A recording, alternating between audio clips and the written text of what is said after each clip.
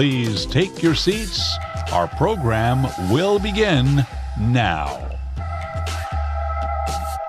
Please welcome to the stage Brad Stone, Senior Executive Editor Technology, Bloomberg News.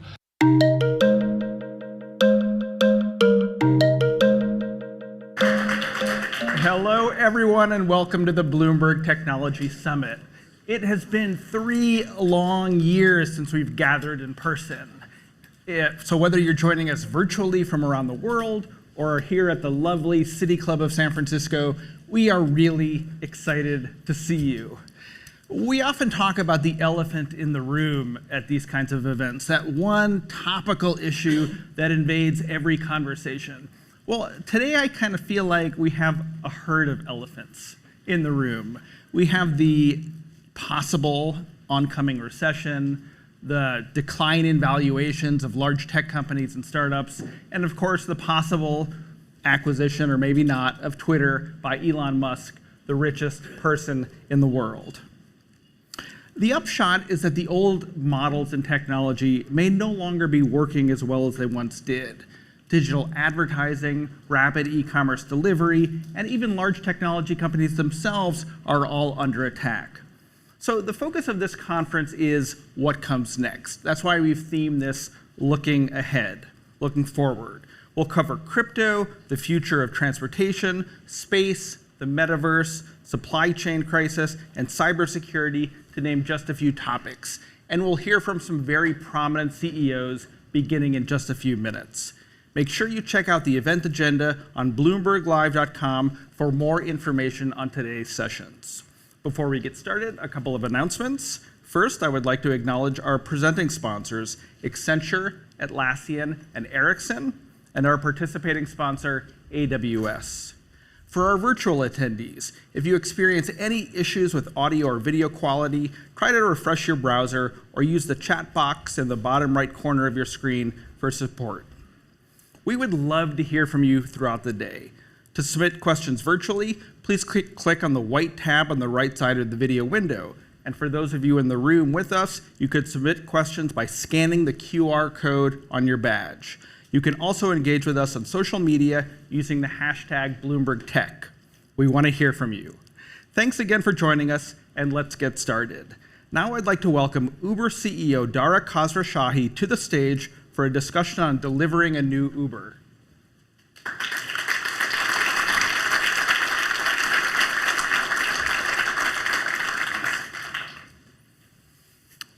Welcome, Dara. Thank you for joining us. Thanks for having me. Well, I hate to start this lovely morning on a kind of unwelcome topic, but let's talk about the economy.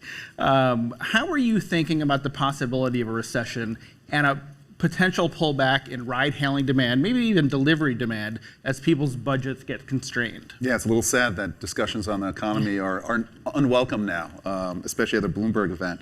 So I think there's lots of speculation as to whether or not we go into a recession or not. I'm not an economist, so I won't speculate.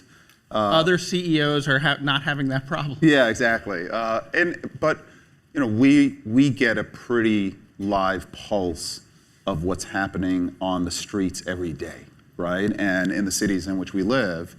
And at this point, we don't see any signal of a recession coming. Now, what's different about us than most companies out there is that, just as you saw during the pandemic, a shift from spend on services to spend on retail, that shift is now going back to services, and we are the definition of a service, right? Moving around, travel is back, et cetera. So I do think that our service is benefiting from the shift back.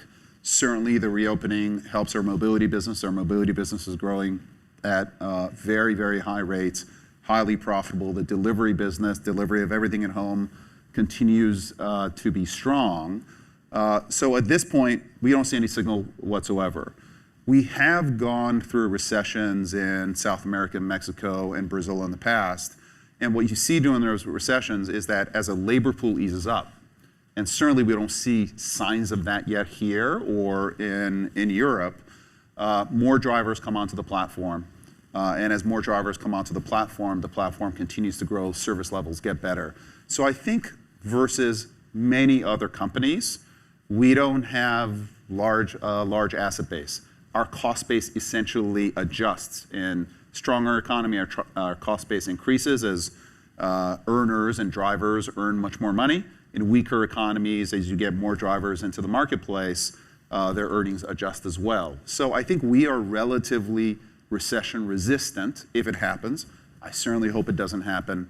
Right now, the signal on the street is things are really strong, and the spend on services continues to be quite robust. Okay, but you mentioned drivers. Now, driver economics right now are under assault. I mean, as we all know from filling up our gas tanks, unless you have a Tesla, or from those social media photos of $10 gallon gas, that's hitting drivers. Now, you have a fee to help drivers, a gas surcharge, but you're sunsetting that on the delivery side. So what else can you do to help drivers who are now finding the economics of driving for Uber aren't what they once were? I think the good news as it relates to drivers is that if you think about a driver as essentially a small business owner, the revenue side of the business looks really good, right? And while inflation is pressuring every business, as it relates to driving now, drivers we talked about last quarter, drivers who drive, call it 20 or more hours on the platform, are earning in the US $39, over $39 per utilized hour. So the revenue side of the equation is looking quite healthy. And while the costs are up, the costs are up, and no one's happy about gas prices right now. When you look at the driver P&L, the driver P&L, so to speak, actually looks pretty healthy. And we're seeing more drivers come onto the platform as a result. I'm certainly hoping for lower gas prices, everyone is, but it's not affecting our business. Have you thought about preserving that fuel surcharge on the delivery side or extending it further on the drive side? Well, certainly on the mobility side, at this point, we intend to extend it. On the delivery side, a significant amount of our deliveries come from bikes, scooters, et cetera, that isn't as directly affected by those kinds of economics. So you wrote a couple of weeks ago an email to employees. It was widely circulated. You said you'll treat hiring as a privilege and be deliberate about the pace, but you didn't mention potential layoffs. And I wonder, because other companies and some of your competitors are having to consider it, how you feel about layoffs at Uber. We don't think they're necessary at all, right? The perspective at Uber is that in Q1, for example, if you look at our gross bookings, they're up 39% on a constant currency basis. We are one of those companies, while our delivery business benefited from the pandemic, our mobility business is absolutely benefiting from the reopening.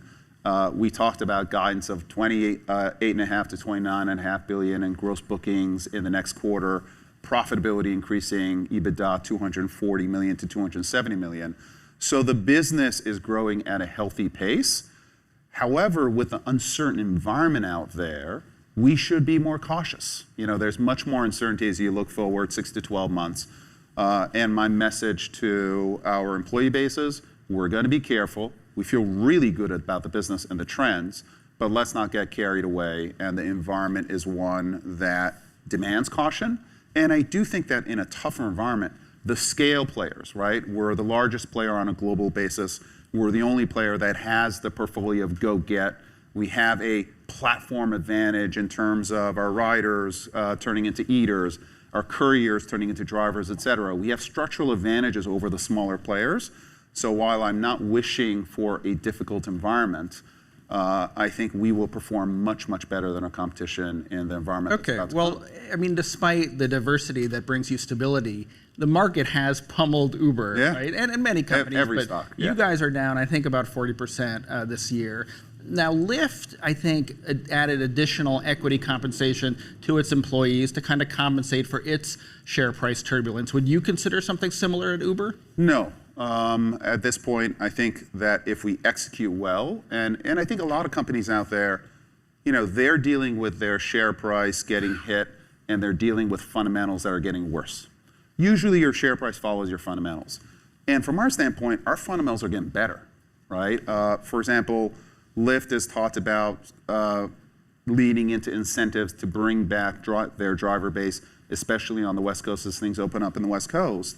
And our driver base, for example, if you look in the US, we talked about April, the number of drivers on the road being up by 70% on a year-on-year basis in the US and Canada. In May, that's accelerated to 78%. So you're not seeing drivers leave the platform because of fuel costs? We're seeing drivers come into the platform because earnings are elevated. April, the number of new drivers signing up to the platform was up 120%. In May, that's actually accelerated to 145%. So the earnings possibilities out there, the feeling of safety, the number one reason why drivers were off the streets last year was because they didn't feel safe. And I think now with the health situation getting much, much better, vaccinations, et cetera, people are feeling safe getting back in Ubers and getting out. All of us are meeting in person. This is not a remote meeting. And that's great for our business. Okay, well, so you have a couple of constituencies. We talked about drivers, we talked about employees. Let's talk about passengers. Anyone who Ubered here today probably recognizes Uber has become, at least in some cities at some times, a very expensive ride. So what is going on, and is Uber just now a more expensive ride? So I think inflation is hitting everybody, and inflation certainly in transportation is hitting everyone. Buying a car is more expensive, gasoline is more expensive, and we're part of that. Buying an airline ticket is much more expensive, and we're a part of that ecosystem. Now, I do think when we look at our marketplace, we measure one thing called supply sessions, right? Which is how many sessions do people open up the Uber app looking for an Uber against our supply hours? How much supply do we have? How many drivers do we have on the platform? And we're still in a situation where if we added 10% more drivers onto our marketplace, the marketplace would be much more healthy. So I do think that as we see our sessions increasing, demand increasing, and as we see supply increasing, essentially the marketplace will start to come into more balance. You'll see less surge, and you should see prices moderate. So you're promising us decreasing prices. Over the long term, yes. Okay, I do think pricing is going to come down, and we're seeing the marketplace signal in terms of ETAs are getting better, surge sessions are coming down, and we think that's a good thing for a healthy marketplace. At the same time, it's having no effect whatsoever in terms of demand, right? Mobility demand continues to be very, very strong, continues to grow. Our May trips were higher than April. Our May gross bookings were higher than April. So the signal that we see on the ground is actually very strong, and we're hoping it stays that way. I guess I'm just wondering if drivers are coming back, if mobility is coming back, why your algorithm, why the marketplace hasn't established the kind of balance that you're talking about, and why prices haven't started coming down. Well, the marketplace is establishing a balance, right, on a real-time basis. But what we see is that demand is essentially fast twitch muscle. Demand tends to come back much more quickly. And supply, right? These are drivers who they might have been working at an Amazon warehouse. They might have been working at a Best Buy, et cetera. Changing the nature of work takes longer. And we are absolutely seeing the number of drivers come onto the platform accelerate, but it takes time for that to catch up to the demand that really opened up very, very quickly as the world opened up. Okay. Now, in some cities, there's a new kind of driver on your app, a yellow cab driver. Yes. Now, I'm old enough to remember when yellow cab drivers and dispatchers were throwing rocks at your offices. And now Uber has brought taxis onto the platform in cities like San Francisco, New York, I think Italy and Spain. It's been there in Germany, a couple other cities. So, tell me a little bit, are taxi cabs, do you think of them as a different product or a different price point in Uber? Well, the yellow cabs aren't on our platform yet, but we certainly announced it. The deals have been announced. Yes, we're hard at work on the integration. So I think for perspective, we've been working with taxi for years. In many of our international markets, whether it's Japan or South Korea or Spain or Germany, we have been working with taxi. And really our work with taxi is a win-win, which is taxi drivers get more demand and higher utilization, higher earnings. Cities get less empty miles in terms of taxis kind of going up and down the street looking for a hail. And for us, it introduces new supply into the marketplace. So it really is a win for all constituencies. And for us, the vision as it relates to Uber is essentially wire up any vehicle that's available for transportation of people or things, and then get access to demand for transportation if you want to go from point A to point B. So taxi is another vehicle type for us. It will increase the choice that you have on Uber. There are certain folks who like taking taxis, et cetera. And we think it'll bring more business for taxi drivers. We're the best technology company out there in terms of building a software layer on top of the real world that powers transportation. And I think, the taxi partners that we've talked to are coming to realize that having the best technology partner out there with the greatest global scope and demand makes sense for everybody. And just to follow up, the taxi fare in many cities is a regulated fare. Yes. So where do you see it sitting in the price options that Uber makes available? It really depends on the regulation on the ground. So for example, in New York, the taxi fare can move up or down dynamically based on supply and demand. And those are discussions that we've had with a taxi regulator in New York. There are certain other markets where the fare is regulated and set based on time and distance. So it varies everywhere, and we can build technology that essentially works on the ground based on the regulations on the ground. Okay. I want to talk about delivery. Bloomberg Live has been polling its Twitter followers, and we're going to be bringing those polls up during the day. So we have one now. What are you most likely to have delivered? I'm not sure we'll be able to see the results, but I'm sure they were interesting. You guys have been expanding delivery. You've added convenience, alcohol, groceries. You said at the end of last year that delivery was about on par, maybe a little larger than mobility, which was a fascinating benchmark. But I guess I've always wondered, how do you differentiate Uber Eats? To me, and maybe I'm just a bad Uber customer, it's a little interchangeable, sorry, but to be frank, with, say, DoorDash or sometimes Instacart. So how do you think about the advantages you bring to this market? I think, first of all, a huge advantage that we have is a platform, right? In that we've got hundreds of millions of monthly active consumers who are using Uber all the time. And but they might be using the other Uber app. Sure, but if you're using the other Uber app, essentially we have your identity, your payment details, we know where you live probably, and so being able to use Uber and Uber Eats becomes completely seamless. We've now introduced actually a loyalty program called Uber One, where you pay essentially the same price that you do other loyalty programs, the same price as a DoorDash Dash Pass or the Grubhub program, and you get free delivery essentially on Uber Eats, as well as discounts on Uber rides as well. So if you think about the subscription program as essentially content, we have more content than anyone else. So I think that for us, the big differentiation is essentially the brand, the technology that we build, but also the fact that you can work across platforms in a seamless way, and a membership program that drives discounts in a more uncertain world for consumers who use one service or the other. I remember at Shop Talk when I saw you last, Emily Chang was interviewing you, and she was asking whether Uber Eats was due for a rebrand. And I wonder, have you thought more about that because it's more than Eats, or do you eventually unify the apps to get some of the leverage that you're talking about? We've certainly thought about the Uber Eats brand, and we've done a bunch of work on it because, listen, we didn't get to Uber Eats anticipating that you would get into grocery and all of these other categories, alcohol, et cetera. But we've seen that the brand carries. And actually, if you saw our Super Bowl commercial and a bunch of commercials out there, we kind of make fun of the fact that you can use Uber Eats to order grocery, et cetera. And the usage that we've seen, our grocery business now is at a $4 billion run rate. Close to 10% of Uber Eats customers, a customer who orders on Uber Eats, now are ordering something other than food, which we think is really exciting. Okay, the theme of our conference, as I said earlier, is looking forward. So I want to hit at two topics that might be important for Uber's future. The first is autonomous trucking. Mm-hmm. Now, yesterday you announced a deal with, of all companies, Waymo, which, not too long ago you were at legal war with. There's a theme here. Yeah, making friends out of enemies. But I guess the idea is to match their autonomous trucks with freight on your platform.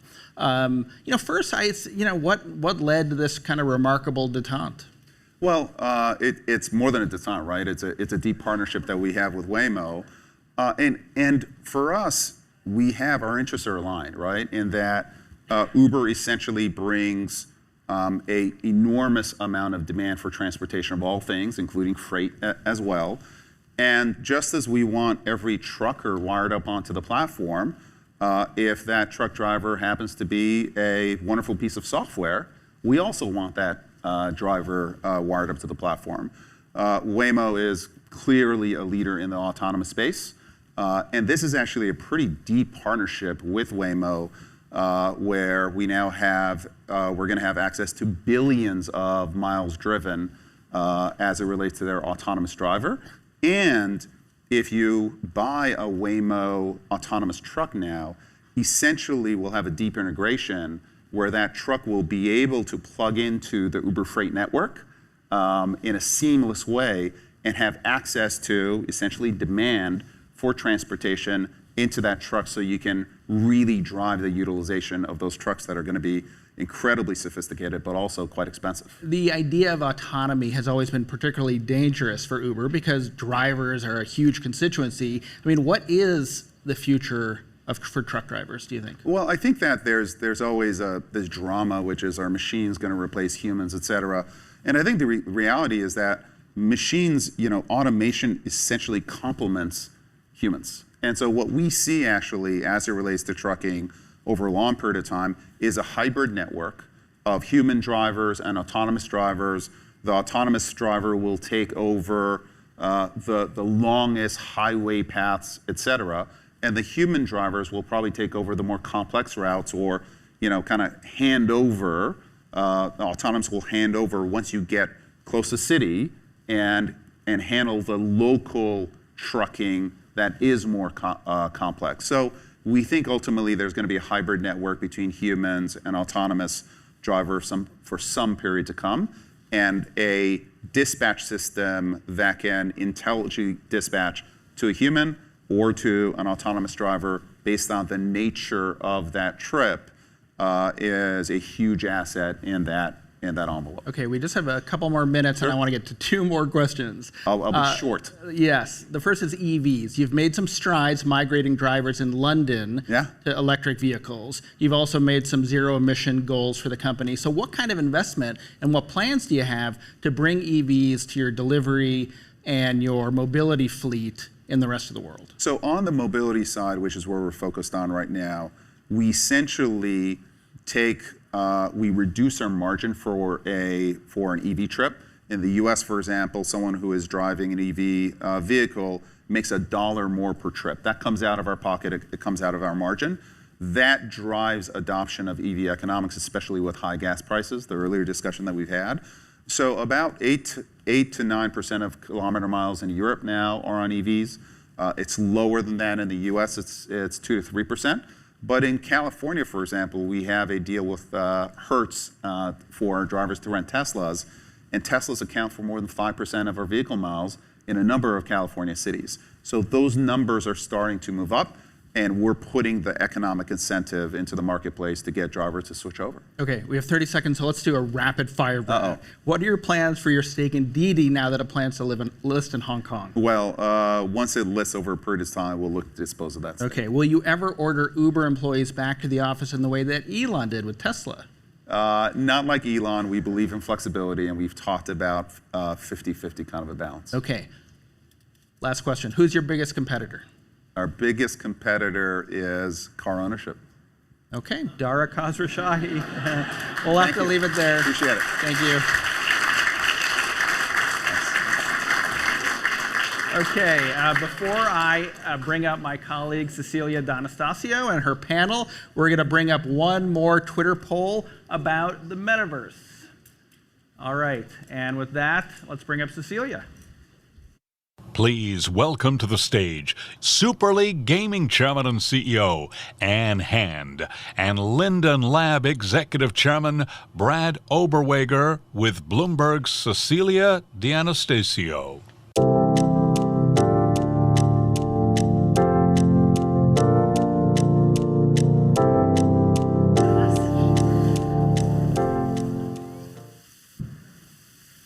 Thank you so much for having us. Wow, welcome. Such a big crowd. Clive unfortunately couldn't join us today, but we have two fantastic panelists with us to talk about the metaverse. One of my favorite things about the metaverse is the fact that it can mean anything, right? And the definition for the metaverse is often what is most convenient for the people talking about it. It's like when my boyfriend says the sink is clean. Like, what do you mean by clean? What is clean to you? Yeah, to companies that sell virtual reality equipment, the metaverse is accessible to virtual reality. For companies that own video game companies, the metaverse is something that will be a platform for that IP. For companies that have so-called metaverses that exist on the blockchain, the metaverse lives on the blockchain. So the definition right now is so malleable, and I'd love to hear from you, Brad. Don't define the metaverse, but tell me, how long have we really been talking about it? Wow, probably since the first time I cleaned a sink. Well, certainly, everyone knows the book that came out, so Snow Crash. But probably when The Sims kind of came out, or Castle, when you could start doing something where two people were in a world or a game or anything at the same time, that's probably when we started doing it. So probably The Sims, and of course Second Life. When Second Life came out was probably at that point. Probably when the first gaming engine was created that allowed creators to do things and to have person-to-person transactions, probably then. That would be the... So 15 years ago? Yeah, 2004, Yeah. probably 2003, yeah. It's interesting you don't say Second Life. So Second Life is the virtual world, notably not a video game, that Linden Lab, Brad's company, produces. And Second Life's been around since 2000... 2003, like You're right. really 2003, 2004. It was a idea before that. Is Second Life a metaverse? No, I think Second Life is a virtual world. We don't use the term metaverse inside the company. If I'm trying to get into Bloomberg or something like that, I'll say we're a metaverse for sure.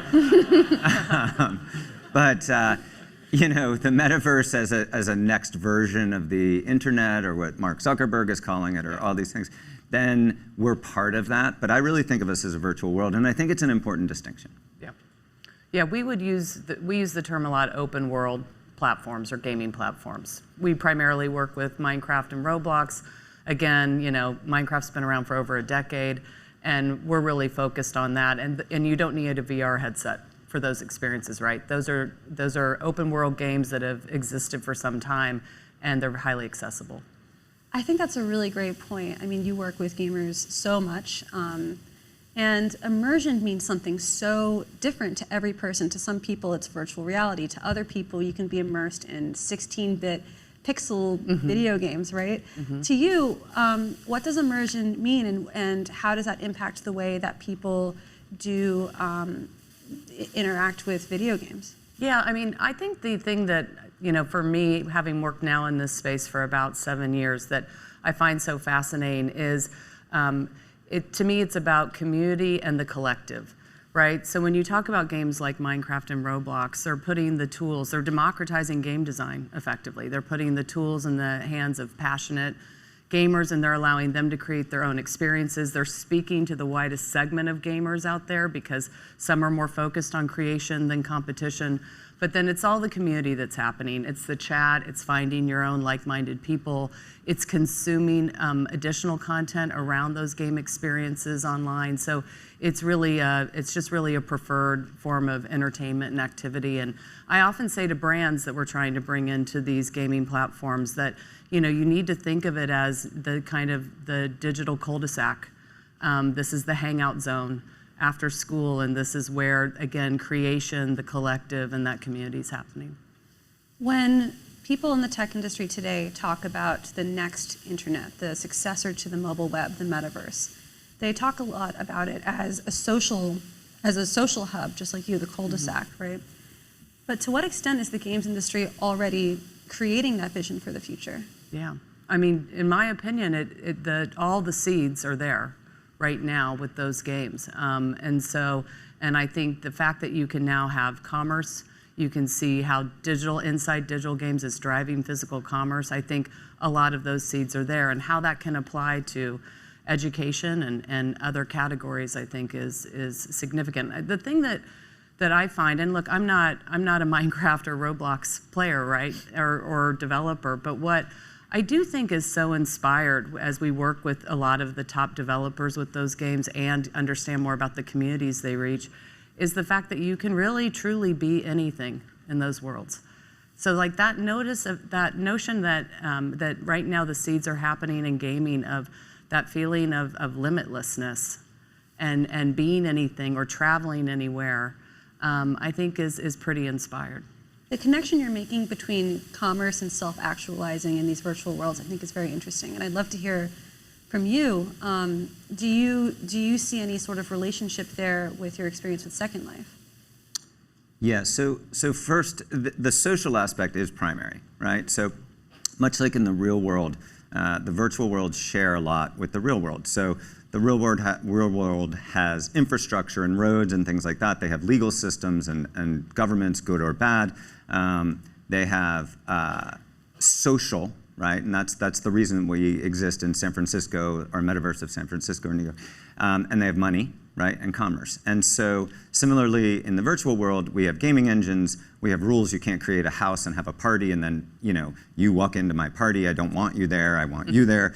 I'll take both of you. So that's really critical. You have your avatar, you have your stuff, but you also have commerce. And so since that's what you asked, but I want to be clear that social is the primary driver. Games are like a gateway drug into the social aspect, and that's what's going to be the future. When we talk about commerce, there's different types. There's person-to-person commerce, right? So I'm in the world, I've done something, I receive money for it. I can then spend that money in world, or I can take it out. There's player-to-owner commerce, right? I actually am giving the money to Roblox. Roblox is doing something with it, or Minecraft, or Fortnite. And then there's external commerce that comes in, so ethical advertising, building experiences and things like that, and paying money into the system. That's a different type of commerce. And then there's the unethical advertising, which is a completely different type of commerce that we all have to be very careful about. One thing I would, though, build on your point about social is you said self-actualization. And I do think it's a small little anecdote, but when I first joined the company, we were running an experience for youth, a gaming-based experience around Minecraft. And a kid came in to the location where we were holding the event, and I said, well, what's your Minecraft ID name? And he said, well, it's Monkey Man 08. And I was like, all right. I'm like, how'd you come up with that? And he's like, I don't know. I just came up with it. And he was so fascinated with himself. And again, about the time, I'd say he's probably about 9 or 10, but he said he picked it out at 4 or 5 years old. And I thought to myself, gosh, like, what was that time when we all started to have the world start to put some conditions on us? Like, was it 2nd, 3rd grade where you were figuring out, like, am I going to be athletic? Am I going to get good grades? Am I going to be popular? And instantly, we started to get put in a box. And you think about then how my generation starts to try to express their aspirational self now through their Instagram, and it's a sad, kind of state in a way.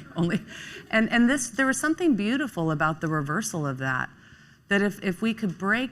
Again, I'm not trying to get too sappy with everybody, but it changed my relationship to these games because of the way that it could change and kind of the aspirational view. Your digital self could be unleashed and therefore change the way that you manifest yourself physically as well. Over time, though, one thing we've seen is companies more seeking to kind of collapse these two identities, our real identities and our virtual ones. You can think about the naming policy on Facebook, for example. Where do you think we're going to be headed? Do you think we'll be able to maintain these sort of separate identities online? Well, gosh, I don't know if we'll be able to, but I do think that it's true that the consumers that we deal with, we reach about 70 million monthly players in the Metaverse and these open world games. And certainly they do want the convergence on a more emotional level.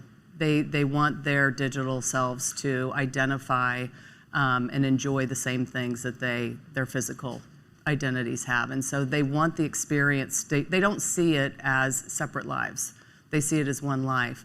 As far as the ability to keep them separate if you choose, I'm not sure.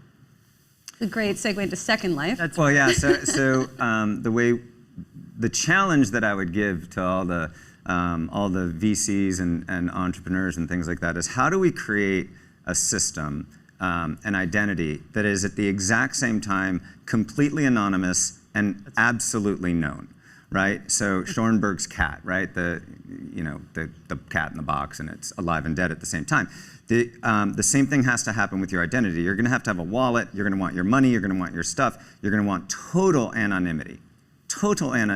But you're also going to want to transact. You're going to want to be trusted, and that requires complete known. So the closest company out there that kind of has done a good job of that is like eBay, right? I buy something from someone on eBay and I know their rating. I actually have no idea who they are, right? We have our eBay handles, but I've done 7,000 transactions and I have a 5-star rating.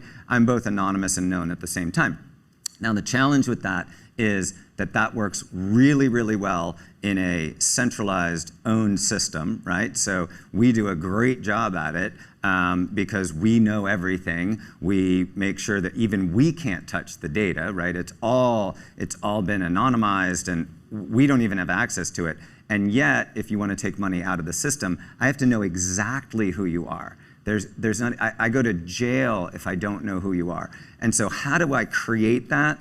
That'll be the future when we can do that, because I'll have an avatar that you know without actually knowing it. Now there's the danger of that, of course, if we move into a system where I can be both anonymous and known, but I do bad things, right? So then you're going to have a really interesting situation. And I know it sounds absolutely awful, but it might be the government that keeps this list. I mean, no one wants that. Everyone wants it on Web3, but that actually can lead to really bad things happening. So this is going to be super interesting, a construct that we look at in the future. Yeah.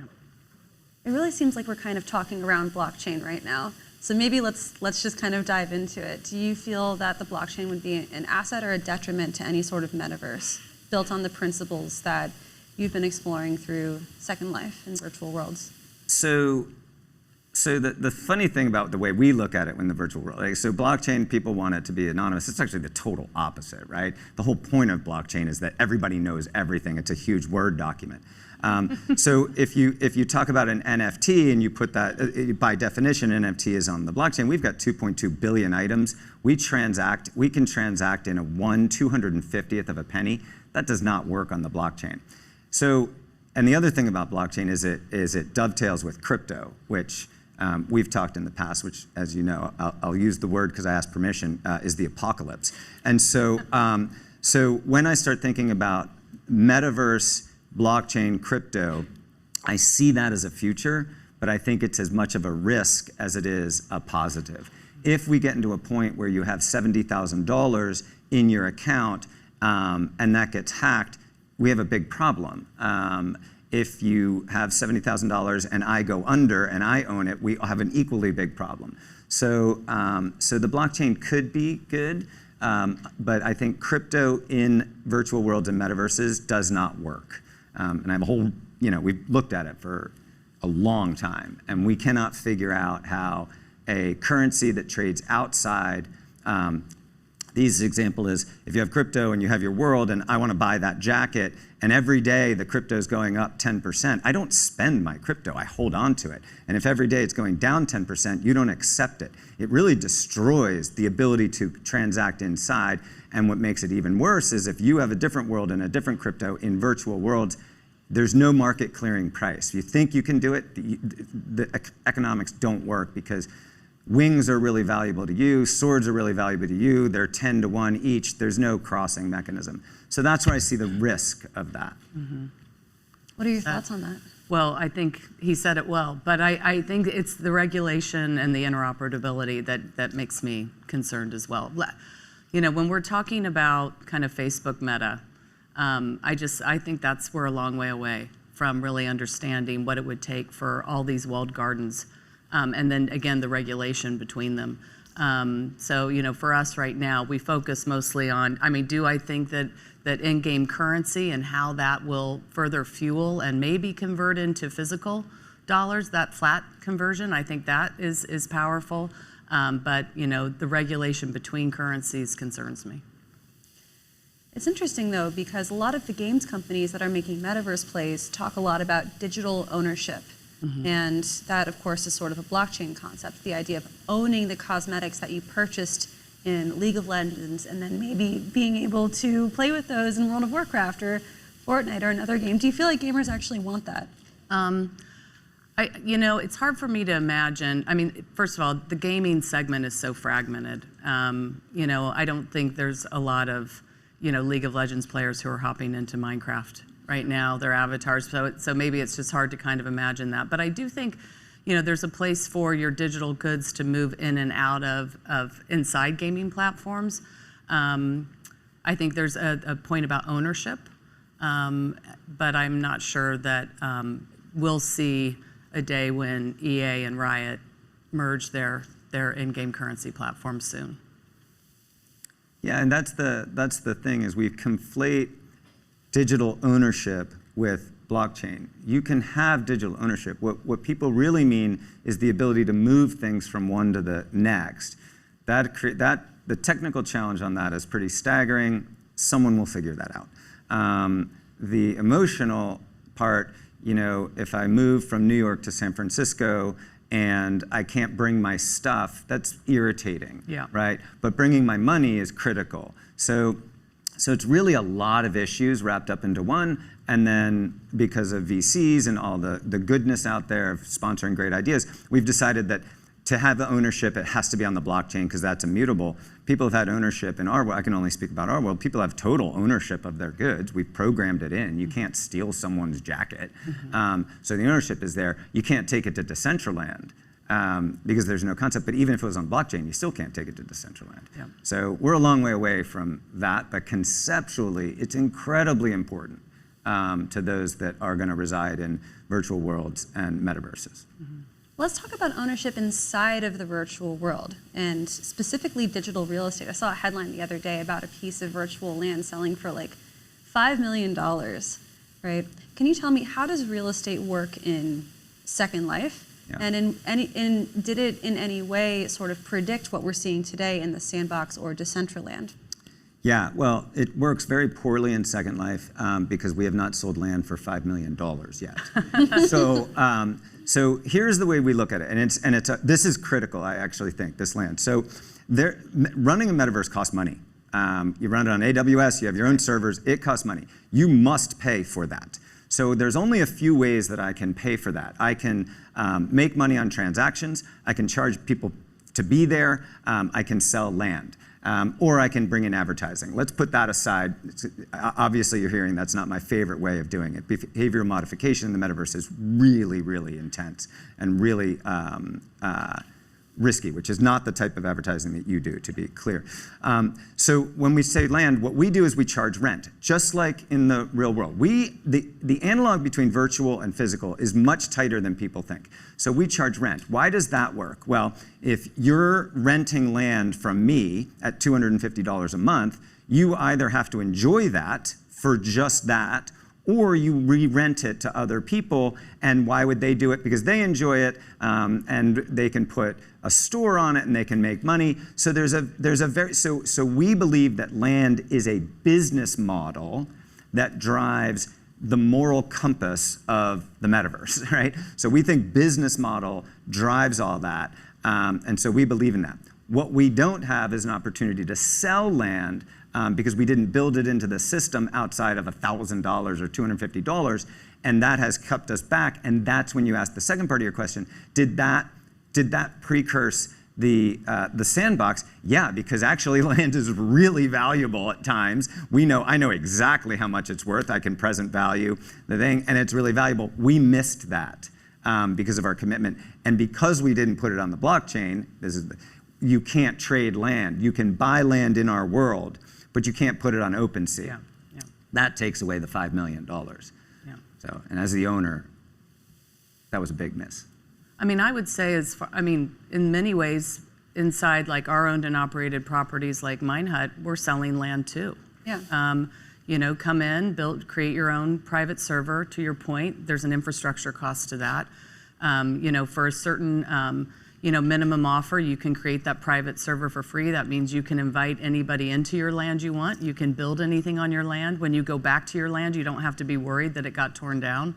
It's really no different. If you want to get more land though, if you want more server space, you want to invite more friends, then you have to pay for that. And so it's really not that different. And the way that we partner with game developers is very similar. They've gone out and they've procured some land. They're building a game on it. Their primary way of making money off of that is that they are working off the backbone of the e-commerce site that drives the engines of Minecraft and Roblox. So they're getting a cut of the microtransactions in the game.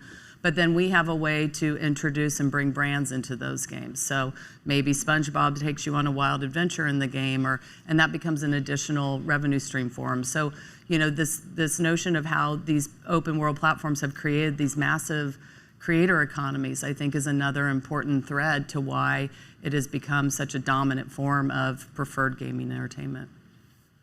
We've seen a lot of questions recently about sort of the revenue split between creators who are making content inside of virtual worlds and video games and companies that are sort of profiting off of that. I'm thinking about some of the controversies around Roblox and the percentage that child developers sometimes earn off of their creations, people feel can be unfair. Is that something that you've been thinking about with your properties? Well, certainly our technology is really meant to empower those Roblox developers and Minecraft developers to have a second revenue stream, right? So they're getting a cut of the brand revenue that we're bringing in.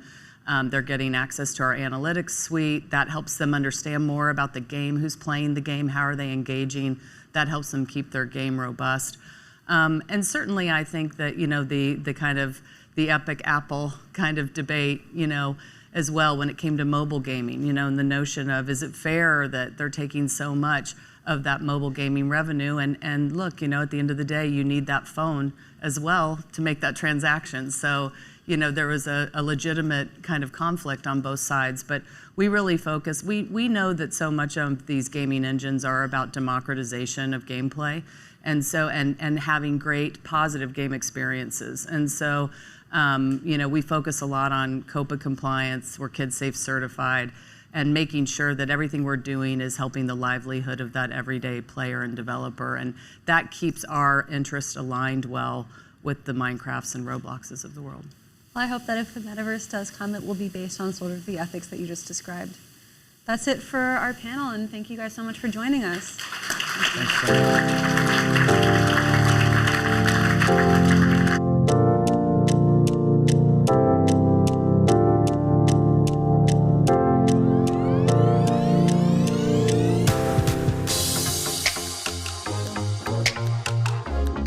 Welcome everyone to the Nth floor.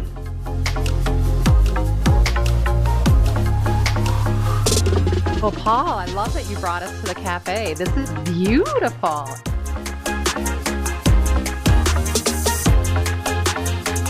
Hey, do you guys want a group photo? So this is the Sofia Antipolis lab. This is the next generation bank.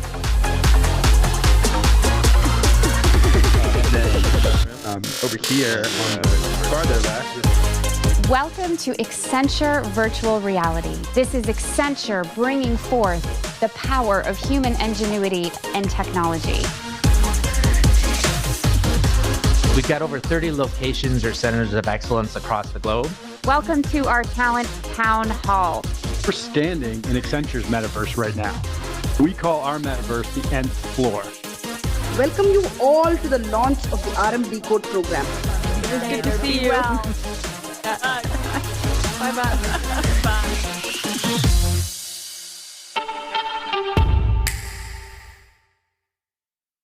Please welcome to the stage Accenture's Technology Group Chief Executive and Chief Technology Officer, Paul Daugherty.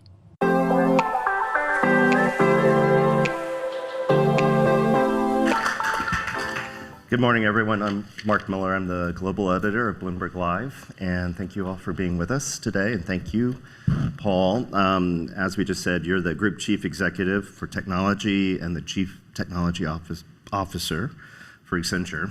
And we're here because we like to feature the insights of our sponsors, and Accenture is one of our sponsors. So let's start.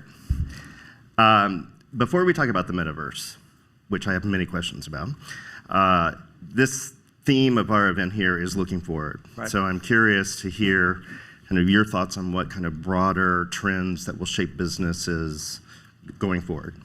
Yeah, no, first of all, thanks for having me here. And it's great to see a crowd like this together and coming together again for events and sharing ideas like this, so it's great to be here. And when we think about the future, I think about it from a few perspectives. We have a copy of my book there, so I wrote a book about what we believe is going to happen in the future. We'll talk about it a little bit, but I also run a part of Accenture's business that's over a $30 billion part of our business. So seeing, predicting where things are going is important to getting it right and running our business right. And when we look at the future, when I look at directing our business, I think it's important to step back and understand that we're in the middle of a massive technology revolution, and we get caught up in the day-to-day of exactly what's happening right now, but we're in the 70 years into the information technology and digital revolution, and we're hitting a really interesting pivot in part of it right now. And I think the next decade will be bigger in change than the prior 2 or 3 decades. And think 3 decades ago, we didn't have an internet. 2 decades ago, we didn't really have mobile phones. And I think that's the potential of the next decade of what's to come. So it's accelerating. It's accelerating. There's 5 forces we talk about. One is total reinvention of the enterprise, because for as much as has happened, only 12% of businesses are using the potential of the cloud. Only 13% are using artificial intelligence to its potential. There's a lot more potential for reinventing business and organizations. The second is around talent, because this decade is going to see an ongoing war or competition for talent unlike what we've ever seen before, and that'll separate winners from losers in your ability to create talent and create learning platforms to have the best people. The third is around sustainability, because it's important for tech, because in the last 15 years, emissions caused by resulting from technology have gone from 1.5% to 4% of global emissions. It's forecast in the next 15 years to go to 14%, which is catastrophic if we don't find better green solutions in how we do technology. The fourth thing that will really define the decade is the metaverse, which we might dive into a little bit more, we just were talking about in the prior panel. And then the fifth is the ongoing revolution of how the digital technology that we do, cloud data and AI, will transform science, space, outer space, and other things in ways that will be really transformative over the decade. Okay, so let's talk about one of those, the metaverse. Yep. Everyone talks about the metaverse. I'm not sure how many people understand the metaverse. I don't count myself as one of them. So what does it actually mean for business and the future of business? I think it really will be the greatest transformation of business, the next wave of digital transformation, and a greater change in business over the decade than what we saw in the prior decade. And think about everything we've done in the prior decade by comparison. The way I think about the metaverse is it's the combination of real and virtual identity, products, and places. It's not just about the virtual, it's about how you combine the real and virtual. And that's why we talk about the metaverse being a continuum of experiences. It's also not just about the headsets, it's about 2D experiences through your phone and devices and such. And I think it's really profound in terms of the shift it's going to have for 2 reasons. One of which is it's not just about the consumer stuff we talk about, although that's important. That's like the tip of the iceberg that's visible. A lot of the disruption is what's beneath the surface. Things like digital twins in manufacturing, augmented workers, maintaining plant equipment on the other side of the planet, and things like that. And there's 2 new capabilities coming online, and we can debate probably the whole day about Web3 and what our perspectives are in Web3. Set aside the governance and some of those aspects of Web3, the technology coming through Web3, about open, persistent, shared collaborative spaces on the one hand, creating kind of an internet of place, and then tokenization and digital identity through distributed ledger, creating the ability to tokenize a lot of the economy does drive a big transformation. So we believe the metaverse will transform every part of every business. You saw an example. What you saw was reality for us. That's our Accenture metaverse. We think it's the largest enterprise metaverse that's out there. We'll onboard 150,000 people. We're growing a lot, so we're hiring a lot of people. We'll onboard 150,000 people in the metaverse. Wow. The learning and retention demonstrably better. The neuroscience of how we've constructed it demonstrably better. The connections that people are forming across the company globally demonstrably better than before we had that capability. Okay, so next year when Accenture comes back as a sponsor, will we do it in the metaverse? We could. We're doing hundreds of client meetings in the metaverse. For example, we have our research lab. We've 3D scanned a lot of our offices and most of our offices and research labs. So at a meeting of CEOs recently at our research lab that focuses on the energy industry in Sophia Antipolis, senior executives around the world gathering via the metaverse in a place to see what's happening. We had our board of directors there recently, but many other organizations. So we won't. The thing you have to remember is it's a continuum, and the metaverse will be used to enhance the real world experience, enhance human connections, which is what we write about in the book. So this isn't about replacing us being in Ready Player One. Right. It's about how can we use these new experiences to do new things. And the tokenization of the economy and tokenization of products is very transformative. We're seeing that start in many industries. So I think that's a good place to talk about some of the concerns around security that leaders have around security, fraud, safety, sustainability. How do you approach those issues? Yeah, I think we've got an obligation to do it very differently with this generation of technology than the past. I'd argue, again, whether you like the terminology or not, I'd argue with Web 1 and Web 2, the prior generations that we're operating in right now, we didn't think about responsibility up front. We're still trying to design in the rules of how to operate responsibly with the tech. I think we have the opportunity to design responsibility in from a trust perspective. So how do we avoid fraud? How do we avoid identity breach and things like that, and the way we create the new platforms? That's the trust dimension. The human dimension is how do we look out for wellness and how people are going to operate in these environments? How are we going to look after the safety of children in the environment? How do we do it with equity in mind? And the third is sustainability, because there's a lot of focus on proof of work mining and the amount of emissions that's claiming, which is the basis of a lot of the crypto and NFT market. That doesn't have to be that way. We can design it differently. That's why the Ethereum merge is an important effort with them going to proof of stake from proof of work. And it's about the design choices we make to on the trust, human, and sustainability dimension to do it right the first time. So if there are folks out here and online, business leaders who want to explore opportunities in the metaverse for their businesses, but they don't know where to start, what's your advice? Yeah, well, it's early days, so you have to. I think one thing we have to do, all of us, is you've heard this before, but we as humans are not good at projecting exponential increases in technology. And you have to think about where this is going, not where it is today. Because it's easy to dismiss the metaverse today. I could give you 100 reasons why you should dismiss it today, but 2 years, 3 years, 4 years from now, it'll be very different, and that's what you have to project ahead to. What I'm reminded of is 1999, when I was one of the leaders in our e-commerce business, and companies were telling me, "No, we're good. We don't need a web page." Right. Or in 2013, we wrote a vision that was called "Every Business is a Digital Business," and in 2013, most business leaders told me that was nonsense and we were wrong, and it turned out very quickly to be true. It's easy to dismiss the metaverse today, but I believe it will be transformative, and it's a matter of looking, imagining where it's going to go. So I tell leaders, think big and imagine where it could go, then start small with something that drives value in your business today, like what we did, and get ready to scale fast so you can stay ahead. I can't tell you the number of meetings I've had in the last 20 years where CEOs, boards have come to me and said, how did I miss what Amazon did? Or how can I be the Amazon of my industry? Now's your chance. The rules are being rewritten. They'll be very different going forward. And you can either be a little skeptical and wait for it to happen, or you can look at how you lead and shape it. And I think that's the message for leaders. So in your broader role as a CTO, you're charged, as you just mentioned, with looking ahead. You talked about the metaverse. What are some other predictions of trends that you think we'll see in the next 5 years, speaking with your bigger CTO hat? Well, I'll give you two predictions, and then I'll mention the book a little bit. Two predictions is that I think within the next 5 years, we'll see the emergence of a new digital giant on the order of a FANG or GAF or whatever acronym you use that is approaching the metaverse in a different way. This will create new industry leaders. Not saying that the current ones will go away, but we'll see the emergence of new digital dominant players in this industry. So that's the first thing I'd say. Where will they be located? That's a good question. I don't know that they'll be located, within the radius of where we are right now. All right, interesting. The second prediction is that we'll naturally be using the metaverse in 5 years, and we won't think twice about it. And it'll become natural in a lot of ways to us. And the third thing I'd say about the future of technology is that this is my second book. My first book was called Human Plus Machine, where we argued why artificial intelligence was actually good for people, not bad for people, why it was good for jobs, not bad for jobs. And that was provocative at the time, but it's turned out to be more generally accepted now. And the argument we're making in the new book is that the more human-like technology gets, and it is getting more human-like because of all these advances, the more opportunity there is to enable the real potential in people and how we work, live, and play. And I think that's again the subject of the book, because I think it's incumbent on us to look at how we use technology to unlock the true potential of people. And I think we're entering an era where, rather than subjecting people to the limitations of the technology of today, and rather than investing billions of dollars in change management and training to force people to use technology the way it exists, we have the opportunity to use technology on human terms to really optimize human potential. And that's the era we're moving into. Okay.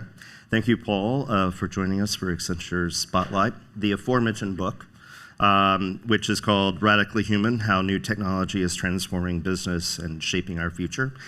Paul will be available downstairs to sign copies for you on the 10th floor near the networking space for the break that's going to happen about 10:20. So please join him down there. All right. Thank you very much, Thank Paul. you all. Thanks, Mark.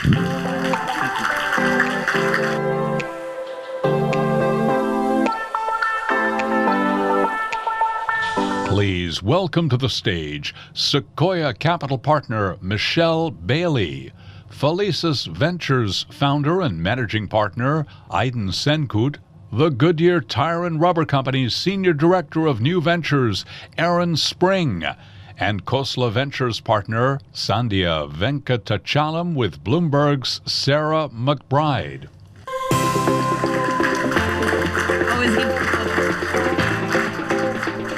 Good morning. Thank you to all of you for joining us. We're going to be talking about the latest and greatest thinking in venture capital this morning. So as you just heard, we have Michelle Bailey from Sequoia Capital, Aiden Senkut from Felicis, Aaron Spring from Goodyear Tire, and Sandhya Venkatachalam from Khosla Ventures. So thank you for coming, and I thought we'd just leap right into the obvious question. There's a downturn, and valuations are down in venture. It's harder for startups to raise capital, and I was just wondering if you could, all of you, perhaps quickly address how you're thinking about funding and talking to companies in this latest environment. Michelle, maybe you could kick it off. Sure. Thank you for having me, and to the fellow panelists. This should be a great session. I'll answer it in two ways. One is just how we're thinking about it as investors, but then also how we're thinking about it as partners to companies. So in terms of investors, there's a double-edged sword to every time. In the boom times, everyone complains everything's too expensive, and then a downturn, everyone's all sad. So the advantage that Sequoia has, having invested through 50 years of market cycles, is that we're no stranger to these periods. I think one of the best things about it is that it draws out some of the best founders who are in this for really genuine reasons. They have a technology they want to build, they have a problem they want to solve. They're not just looking for a quick buck. And so we've had great meetings with wonderful founders, especially at the early stages, that we're very excited about.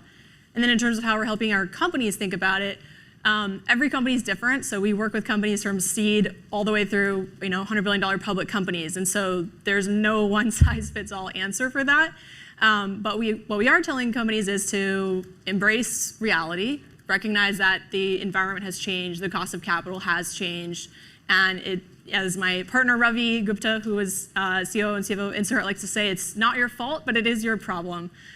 So you have to plan for that reality and adjust accordingly. And it's something that you need to think about this week and this month. And so we're telling founders, you need to make it your top priority, and that will look different. There are some companies that actually are going to probably increase their spending because they're seeing a loosening talent market, and they may be able to get talent that would have been very hard for them to get previously. And there are others that need to pull back in areas, especially, we see a lot in sales and marketing. So I think the last message we have for founders, embrace reality plan is don't waste a good crisis. And it's not a crisis for every company, but take advantage of these periods to extend your advantage and keep the foot on the gas in R&D and really come out even stronger.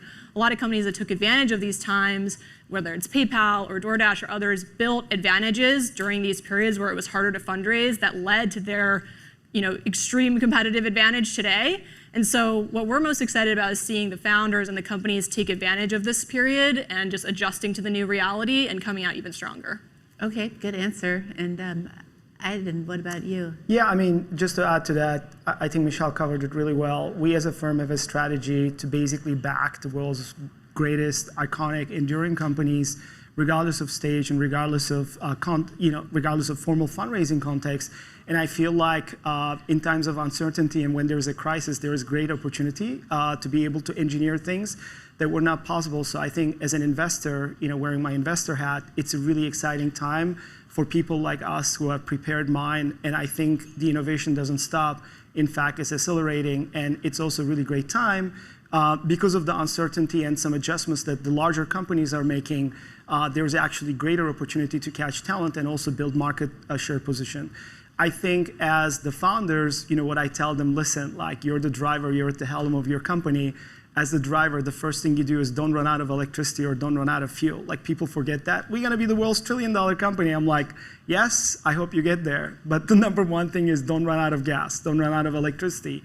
So we've always been the most conservative voice on the boards and the founders that we partner with. So we tell them, listen, it's all about like being able to have enough time so you can weather the storm. And if you can, then great things can happen. So that's kind of been our advice to them. The last thing I will add is I feel like we have kind of gone through one of the longest bull periods for like 10, 12 years. And I think in those times, it's very difficult or more difficult to identify what companies are truly excellent because everybody's getting up rounds. Sarah's having a field day, $1 billion round after $1 billion. Now, like we can actually really see what companies are truly enduring and which companies are truly efficient and have the ability to weather the storm and actually thrive in the storm. So I feel like it's kind of, even though it's challenging, it's also one of the most exciting times to be both an investor as well as a founder. Aaron, how are you thinking about it? I know you focus a lot on mobility and autonomous driving and so on. Is your approach any different? Yeah, certainly. I think adding to both those great answers, being a corporate venture fund, we always are looking to balance both that strategic and financial.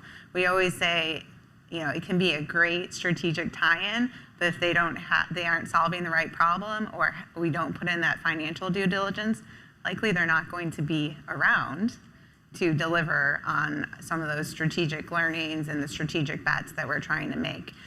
So we continue to look at balancing both. As a company in mobility, maybe people don't always go there with Goodyear, but our purpose is to enable mobility, very broad term. We do that today, but we're also looking at what is that new transportation in the future? What does that ecosystem look like? And there's a lot of problems to solve in transportation today. And I think I will be talking about this a lot. I think solving the right problems that are big enough to matter is going to build great companies in the long term. And even in this environment, there's an opportunity also to look at who's solving those problems that are even going to be more impactful in a recession, for example. Who's driving more efficiency in transportation?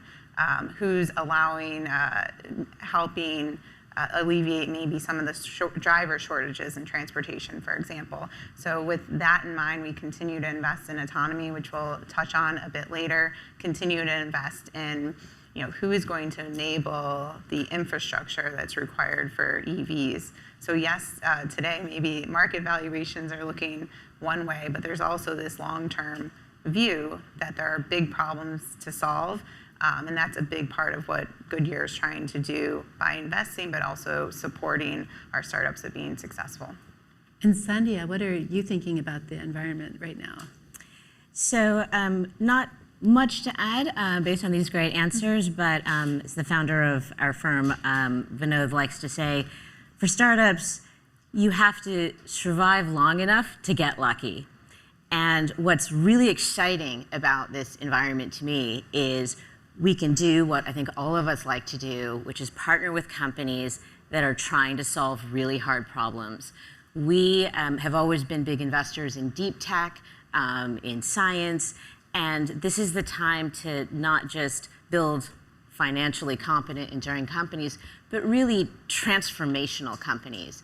You have a little bit more time to really understand not just current problems, but what is the change in demand, in behavior that you can sort of play on.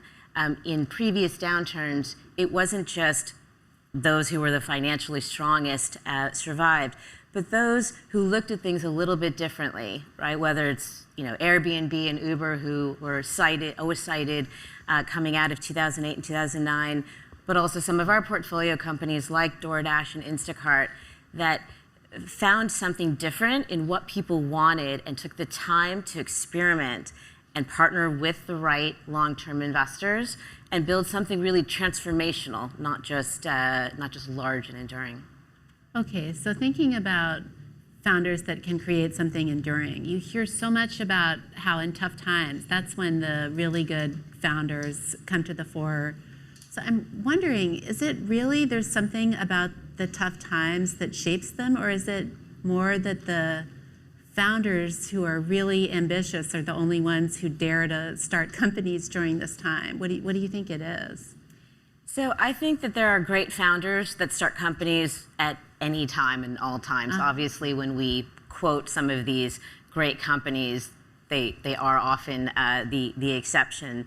But I do think you need to have a special kind of perseverance, a dedication to really building something strong and different. So I do think the founders look very similar to great founders of any period, but I think there's a culling of sort of noise and of others that could compete with mindshare or even funding. And I think it's very much similar traits to what makes any great founder build a great company.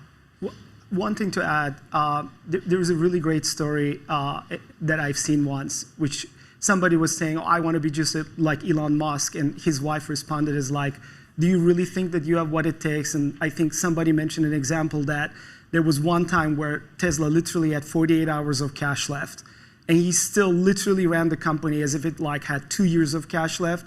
So I think the interesting is now is a really great time to see. We have this thing at Felices that we call missionary CEOs and mercenary CEOs.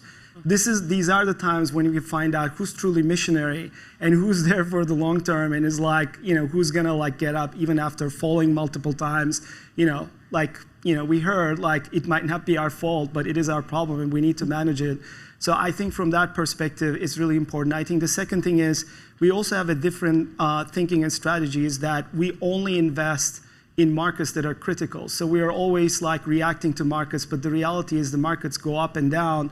That doesn't necessarily mean that that is the true intrinsic value of the companies we're talking about. So that's why we love doing things like that are payments, like core to infrastructure. Every company in business has to process payments, or we have companies that do education, one company is college equivalency is literally for 100 million Americans, the only chance they will have a real promotion that is meaningful in their lives. Or cancer screening or solving cancer. We have a third-gen cancer company called Zillis. So when I think about these things, whether there is recession or not, whether there is inflation or not, unfortunately, people are not stopping to get cancer. We're getting sick. Curing is really important. We have a life. We all want to have a better life and take care of our families. So if a company offers you the opportunity to have college equivalency so you can get a promotion, maybe not for people in this room, but for 100 million Americans, it's really important. So, and then even today, there was news that one of our companies, Flexport, just closed, one of the highest ranking Amazon executives as CEO.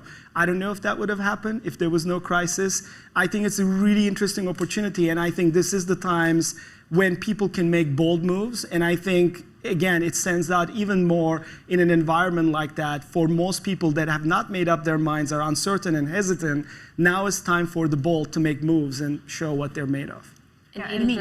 Sorry, to your point, I think critical as well as solving really hard problems. If you solve something that's hard, the incremental value that people will get is so large that it doesn't really matter what the market conditions are, but that often takes time. Okay. And I think to add to the big problems to solve, and I think what we look at, especially across our portfolio, but as we see deal flow, is just having that focus on the purpose and focus on what you're trying to deliver. There's so many times you see companies that they come in, they're like, we do it all.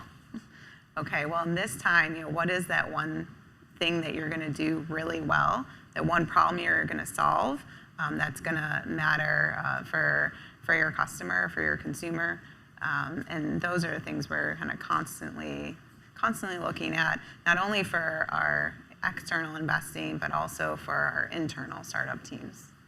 So Eden, you were saying that maybe there was a change at the top at one of your portfolio companies in part because people are rethinking everything, and this was at Flexport because of this downturn? I mean, it was a speculative answer, which is some of these moves, like if times are really, really great and the stocks are flying off the shelves, I'm not sure if people would make risky moves. Okay. But what is really interesting is when you're at a company, this is not Amazon, but I've seen it, like other portfolio companies were able to nab executives from very well-known companies, and those executives are, like, let's say at these well-known companies, suddenly you see your stock like take a 70, 80% hit.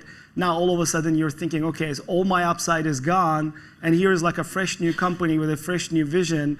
I think you're much more motivated to do that versus like when you see the stock go up like 40% year after year, I'm not really sure you're going to go like make a risky step necessarily. Right. So all I'm saying is, again, it's challenging times. I don't want to trivialize it. It's probably very tough for quite a large number of people, but also for the bold, right? Like there is now a really great time to step out and truly like stand out. And that's why I'm like missionary versus mercenary. Mercenary people are taking advantage of like really great times, but when times are really tough, that's when I think you see missionary founders, but also like missionary people that can be part of great companies say, you know what, I'm gonna step out and I'm gonna do this thing. There's no better time like this to go ahead and do it.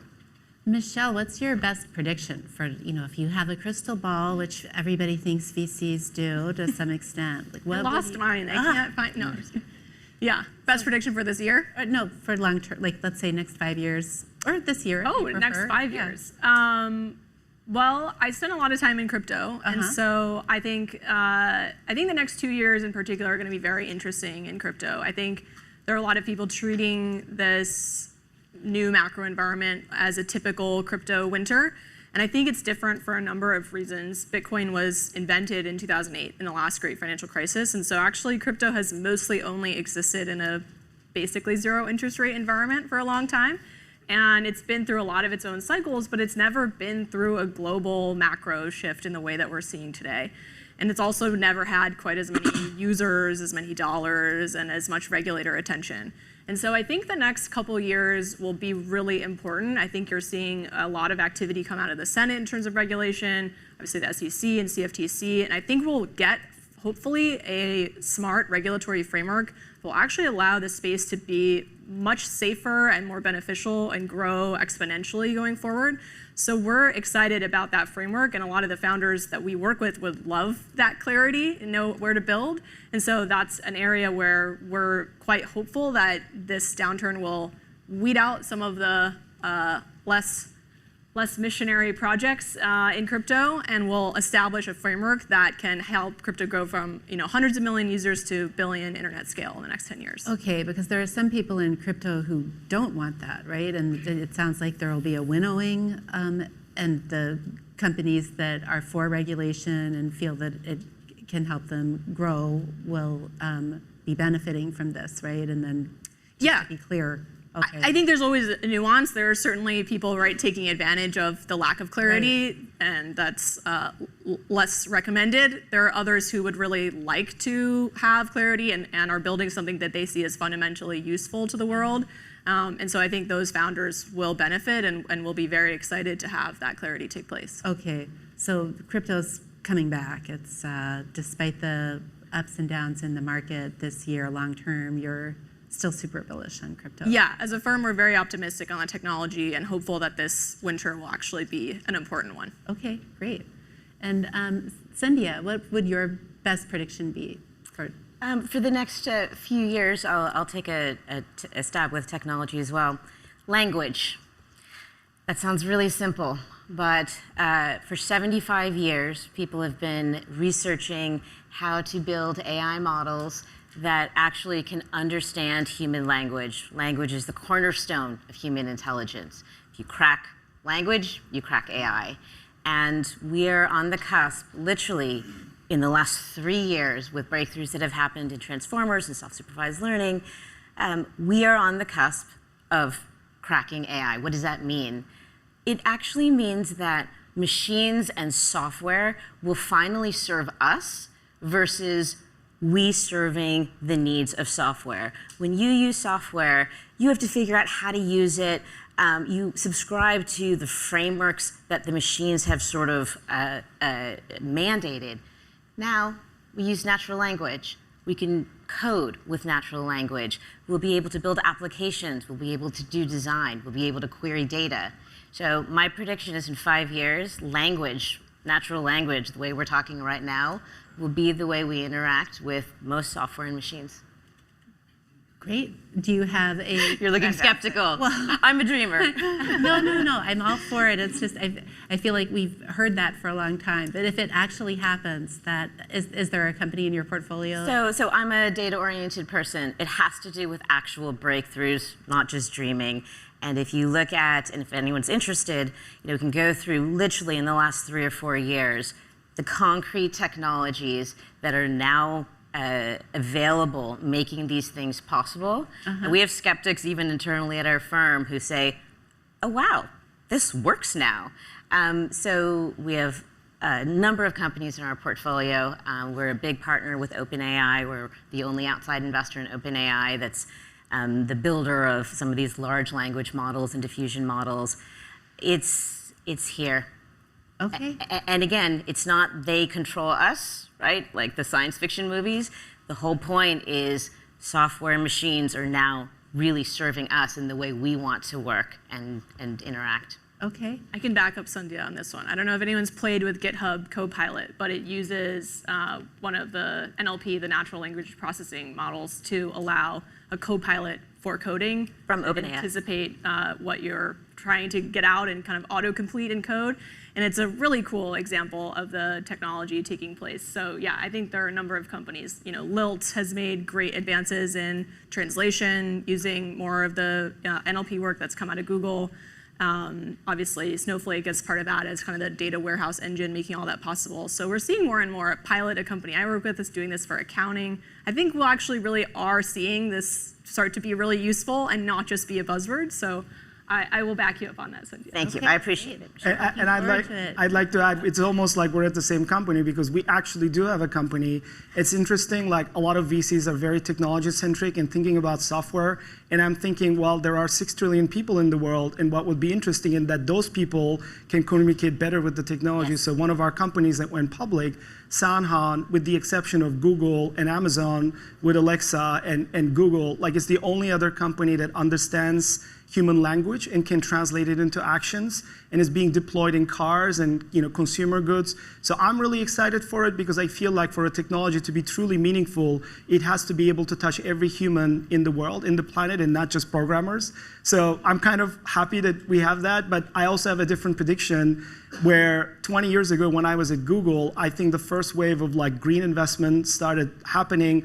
I think it was too early, then a second wave, and we as a firm at Felicis think that we are now at the third wave that we called Earth 3. And while many of the technologists and investors are focused on Web 3, we feel like the combination of innovations in energy and climate as Earth 3 will be much bigger and more impactful than what is happening at Web 3, and will be bigger. And I think people are now realizing, due to the crisis, energy independence is not optional. Like, given like war or like natural crises, like we really need to figure out a more sustainable way. It is now getting factored into law and regulation. So now is the perfect time to invest in it. And the beautiful thing is, like, whenever we are most skeptical, actually we forget that humanity is brilliant, and that's our brilliance really comes to play when we're in our biggest crises. So I'm seeing things like micro nuclear reactors and trees that are engineered to capture double the carbon, and it's one of the most exciting times. So we as a firm are very excited and happy to see more innovation and be much more actively involved and invest in this space. Trees, I was just going to follow up on the trees. Is that actually something that's... It's real. It's happening right now. So there are that can absorb double the carbon are being planted. not only double the carbon, but their bark is also more resilient to fire. So what basically we have realized is by genetically engineering trees, you can make them more resilient to natural shocks, but they grow twice as fast and their leaves are twice as big, so they can capture twice as much carbon. And you literally plant them on lands that are literally like there are people that own like millions of acres of land. So if you plant these trees, first of all, the land becomes more valuable, but you can make a lot of money from carbon credits and do good in the world. Where can we see one? Is there one? Living Carbon is the company, so you can check it out. All right. Erin. I think to add on that theme, and maybe people don't always think about this, but as a tire company, I mean, sustainability is a key pillar to our strategies now and in the future. You know, we have the goal of having 100% sustainable tire, which means, you know, pulling materials not from the oil industry necessarily, but what are the alternative sources that we can pull from. We're very excited that we were able to demonstrate a 70% sustainable tire last year as a proof of concept. We're saying, hey, if you can make one, then that's the first step on that journey. So we're doing things, for example, we actually use a lot of soybean oil in our tires, which is not necessarily going into the food stream today, but can be used in industrial products. So you see that in some of our products today, as well as investing, not from a venture standpoint, but as a company standpoint, in making rubber from dandelions, of all things. So what are, you know, if you think about where we're getting materials, maybe from a barrel of oil today, how do you start to replace those with other either reusable or things we can grow and regenerate, so we can continue to, you know, sorry for the pun, but you know, a lot of vehicles today rolling forward on these tires in a more sustainable way. And I did not plan that joke. I apologize for that's amazing, though. But the poor taste, and but that's a big piece. And I think the second prediction, because we heard about it a bit this morning, is, and we keep hearing about when are autonomous vehicles going to happen. And I think the important thing that I'm seeing in the market is not necessarily the autonomous vehicles everywhere, but how do we start to match the technology and what it can do with the proper use cases so we can make those routes safer, more sustainable, more efficient today. So that's what we're seeing in our portfolio companies. We invested in a sidewalk delivery company called Starship Robotics, to a middle mile company called Gatik. Gatik, for example, just announced yesterday they're going to be doing driverless runs with Sam's Club, and they've already been doing that in Arkansas because so there are driverless trucks on the road now. Yes. In Arkansas. Mm-hmm. Okay. In several locations, and I think it's matching the use case. It's a simpler route. It's a route they do every day, you know, from distribution center to store or distribution center to a pickup area. So how do you match the technology with the problem to solve today, and then, you know, continue to solve the harder problems over time? So a couple things that we're looking forward to and excited about. Great. And Sonia, you had a kind of counter-intuitive prediction that you were telling me about in the green room. Oh, just a very slightly contrarian view on the gloom and doom. There will be a huge recession, and I'm putting my own money behind this, so let's see how it goes. Most of the data on inflation actually suggests that most of the dislocation is short-term, not long-term, and pretty temporal, obviously excluding any other exogenous issues like another war or something like that.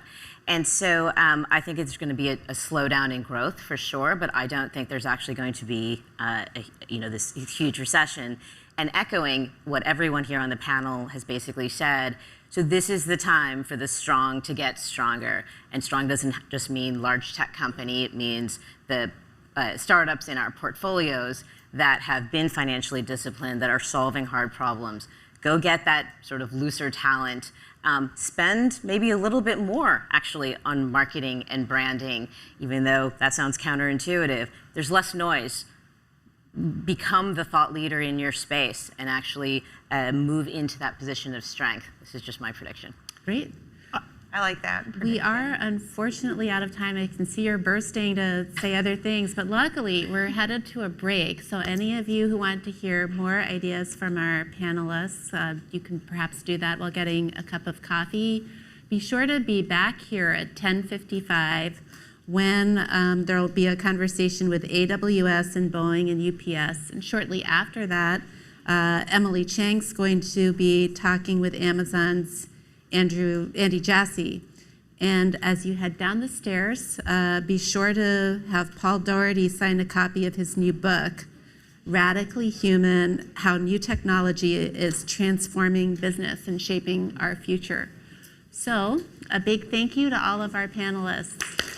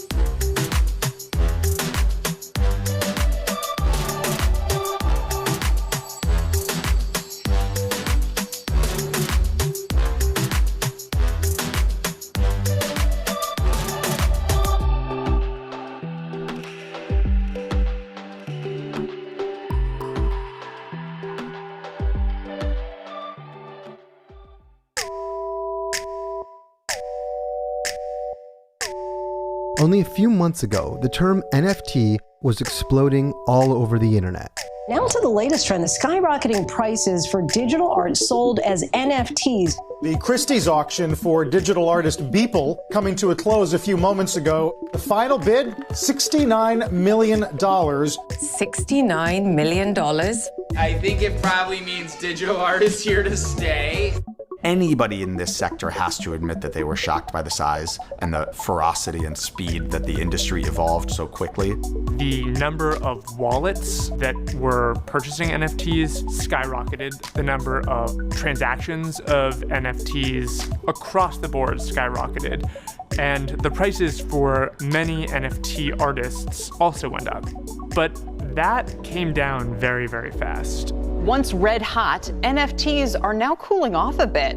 The secondary market for the majority of people's paintings today is down 90-95% from the peak, as is most NFT art. But even more recently, NFTs have been on the rise once again. And even with significant value volatility in NFT artwork, NFT collectibles like NBA Top Shot and NFT-based video games like Axie Infinity have surged in popularity. The correction that kind of happened with the NFT art side is healthy, and what we're going to see come out of that now are projects that actually have utility, that'll be able to affect a much wider amount of people, and I think that's where the excitement is. And many companies are betting that NFTs will enter the video game world in a big way, which, if successful, could open NFTs to a massive new audience and forever change the way we value digital objects. We are in the process of an exodus from the physical world to these digital worlds that have been created over the last 20 years and that continue to be created, and where people are spending an increasing amount of their conscious time.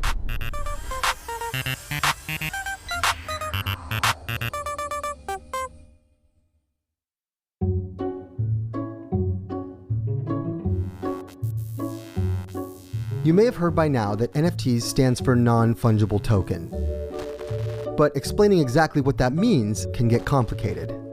So for our purposes, what you need to know is that through blockchain technology, digital objects like a JPEG file or a virtual sneaker or even a meme that you'd normally think about as being infinitely reproducible can now be made scarce. So for example, if you're resourceful, the video you're watching right now could be downloaded from YouTube, and you could copy and paste it as much as you'd like. In theory, it is infinitely reproducible. Tokenizing or minting is the process you can go through via blockchain, where you can create a record of scarcity. In the blockchain, you can enter into a ledger that there are only 1,000 versions of this video, or 100, or even just one, taking something that was infinitely replicatable and giving it artificial scarcity. And if you're rushing out to try and download this video now, thinking you'll make a quick buck, that's not exactly how it works. Only the holder of the NFT in what are known as digital wallets can actually own the item, and they can choose to resell them in exchange for cryptocurrencies. But while we have seen some high sale prices, are buying these NFTs actually a good investment? I would hesitate to call NFTs an asset class. They are an asset. In the same way that I would hesitate to call art an asset class. Art is an asset. But for it to be an asset class, it really needs to be something that you can buy and sell and buy and sell. This is Bloomberg's art reporter, James Tarmy. So all you have to do when you think about the art market and you think about the prices that are paid for these $10 million paintings, $20 million paintings, $30 million paintings, is think about what kind of liquidity you need to have to spend $30 million on something that you cannot resell anytime soon. There is not a line of people waiting to spend $30 million on the painting that you just bought. There might be one other person or maybe two other people, but that's no guarantee that those two other people want to buy that painting when you want to sell that painting. And this is similar in the NFT space. The number of people able to spend large sums of cryptocurrency on NFTs is relatively small. And a lot of people became very interested in jumping on the bandwagon. There was a world that was opened up to a general public that they didn't know about, and that seemed like a world of infinite possibilities. And so corporations suddenly started releasing NFTs. Charmin toilet paper released an NFT. I just got an email about Campbell Soup's first NFT. And this isn't just about artworks. This is also about the various NFTs that are connected to games and virtual worlds and so forth. People are connecting houses to NFTs. They're connecting physical artworks to NFTs. They're connecting portions of an entire soccer team in a Mexican soccer league to NFTs. And then something weird started to happen, right? More people were making NFTs than buying NFTs. So you had a lot of people trying to jump on a bandwagon that might not really have existed in the first place. And while the initial boom of interest did drive more people to participate in the NFT marketplace than before, those numbers are still relatively small. According to a 2021 report by nonfungible.com, weekly active wallets, in theory, the number of people who bought and sold NFTs in a given week, peaked at only 40,000. And if NFTs are going to become the asset class of the digital future, the number of buyers and sellers in the market must increase by a lot. There's still a tremendous amount of friction. To get a MetaMask wallet, to understand the idea of holding private keys, to engage with this world, it's a process. This is Sam Engelbart. He's the general partner at a venture business called Galaxy Interactive. They currently manage a $500 million fund investing in technology and content aimed towards the future of digital worlds. I spend a lot of time these days first trying to just define what the metaverse is and then make sure we're all talking about the same thing, because I think we're still quite a ways away from an immersive world like Ready Player One being something that we all inhabit. Except for eating, sleeping, and bathroom breaks, whatever people want to do, they do it in the Oasis. I think we are very, very close and witnessing every day, though, the exodus from a purely physical world to an increasingly immersive synthetic digital world that doesn't look like one place we all go to, but is actually just the amalgamation of the different digital worlds that we experience on our various devices. And a lot of players are investing in this future digital world. A recent Bloomberg intelligence report believes that the market opportunity for the metaverse could be $800 billion by 2024. And for Galaxy Interactive, one of their biggest investments has been in gaming. I don't believe long term that just by making something an NFT, it's going to be interesting enough to be all that meaningful unless you build some sort of a game or metagame into the process of collecting itself.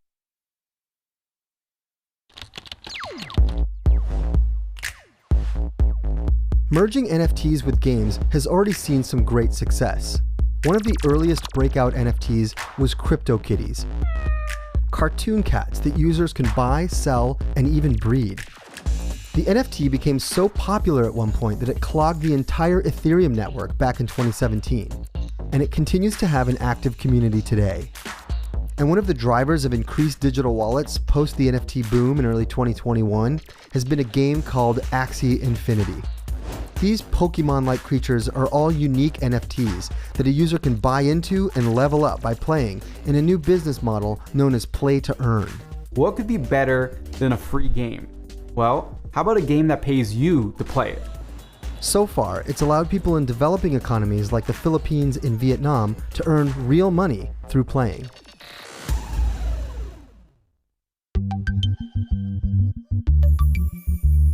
And now a team of veteran video game developers at Mythical Games are working on their first NFT-based game, Blankos Block Party. With real toys in real life, the way to keep their value is you put them in the box, you put them on the shelf, you leave them there. But with Blankos, as you play with them, they get better. Most games, if you bought a Spider-Man character or you bought a League of Legends skin, they're virtual items. They stay within that ecosystem. Once you buy them, you've bought them, right? There's nothing else you could really do with them at that point. And what we're doing in the kind of experimentation with Blankos is players own them. They can sell these assets, they can level them up and mash them up to create new ones and all that. So it really gives the players a lot of freedom to build, play, and earn. This is Mythical Games CEO John Linden. He sees games as a great means to introduce more people into the NFT and crypto world. So one of the goals at Mythical was we really wanted to bring this concept of blockchain and NFT assets to the mainstream gamer, right? So maybe someone that doesn't fully understand crypto and is not, an investor in Ethereum. We really wanted to make sure that they could partake in this economy. And his success in this space isn't necessarily about having big, headline-grabbing single asset sales, but rather having a much larger volume of sales overall. We're not thinking about it in terms of a $10 item that's worth $1 million the next day. We're thinking about it in terms of a $10 item that becomes worth $25. and a $25 item and becomes worth 40, and a $40 item and becomes worth 75. And those are still, if you think about it, those are amazing. They don't sound sexy, but they're amazing returns on investments, right? So we're definitely thinking about it in terms of something that's attainable, something that the average consumer can actually partake in. Latest trades, $55, $20. Not kind of a new fine art to where only a very few select people can actually see that appreciation because the numbers are just so ridiculous that you can't participate. But growing the market for NFTs currently can come at some pretty large costs. Each transaction requires a ton of energy from computers all around the world, potentially resulting in increased carbon emissions. And although the Ethereum network is hard at work to reduce its overall energy consumption, it does remain to this day too high to support a scaled version of this model. What we're starting to see technologically now is the need to advance the underlying tech so that you can have a business around the purchase and sale and trading of objects that are $1, $5, $20, $50. That's partly why Mythical Games is using their own blockchain technology within their Mythical economic engine. But it's also because they believe that creating and selling an NFT game engine will help create more NFT games in the future. What we set out to do at the very beginning was to build this economic engine to where we could ultimately have a lot of the top games in the world be able to access this type of technology, have the regulatory side covered, have access to marketplace tech, things that normal game studios wouldn't be building themselves. We think that this type of economy will really permeate through every game type. And honestly, I can see almost every game out there could have some version of this. But building the technology is only the first step to building value. Gaming also offers another important step in this process: community. Blockchain doesn't make a game better. We kind of joke here that if your game sucks without blockchain, it's going to suck with blockchain, right? What makes this technology powerful and interesting is the ability to ignite a community. And if you build the right community, then the things you own, digital objects in a lot of cases, will be valuable within that community. And people are going to want to own them, and they're going to want to trade them amongst each other. We've seen an amazing community form around Blankos. And even before the game came out, we had about $1 million of Blankos sold because players saw that value and they collaborated with each other. And we're excited by the outcome of where that could go. For someone outside of the Blankos community, it might seem outrageous to spend $5,000 on a virtual doll. Just like for many, it's outrageous to spend $69 million on this Beeple's piece, or for spending $120,000 on a banana duct taped to a wall. Value for things that have no use value is entirely the result of perception. A Picasso is just oil paint on canvas. It's worth nothing, it does nothing. It is valuable because we as a society have decided that it's valuable. Could NFTs become a brief, weird piece of history? Absolutely.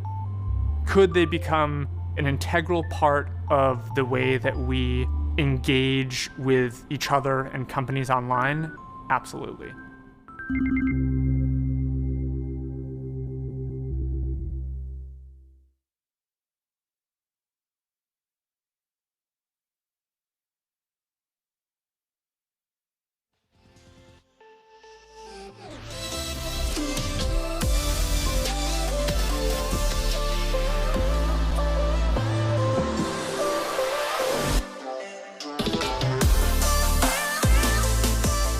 Please take your seats. The program will begin in 5 minutes.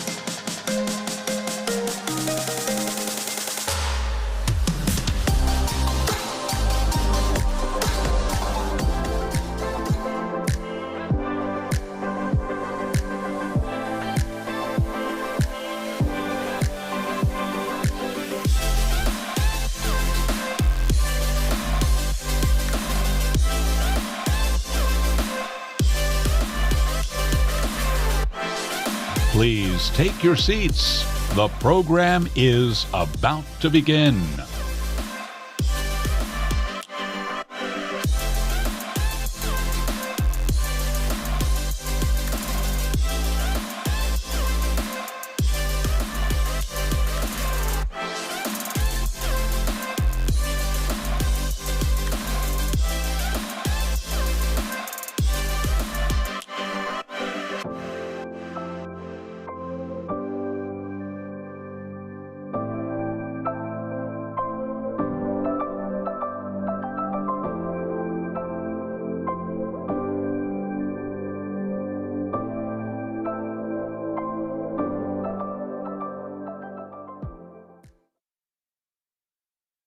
Please welcome to the stage Boeing Vice President and Chief Engineer for Defense, Space, and Security, Naveed Hussain.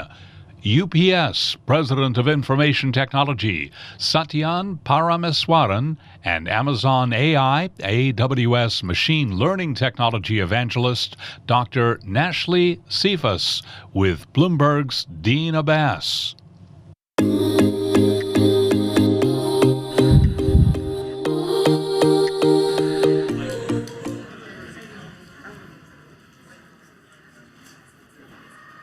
All right. Hopefully nobody wandered in here by accident thinking this was RSA. We will not be discussing cybersecurity. So you can walk out quickly and no one will laugh at you. So earlier this morning we were talking about the metaverse, which is kind of this year's buzzword. If you think of artificial intelligence, maybe that was a few years ago's buzzword. But for many companies and organizations, particularly those represented here on our panel today, artificial intelligence is very real and increasingly critical to get right. We're going to focus on that a little bit today. We're going to talk about the opportunities and the challenges that are afoot as more companies utilize complex AI algorithms paired with powerful cloud computing.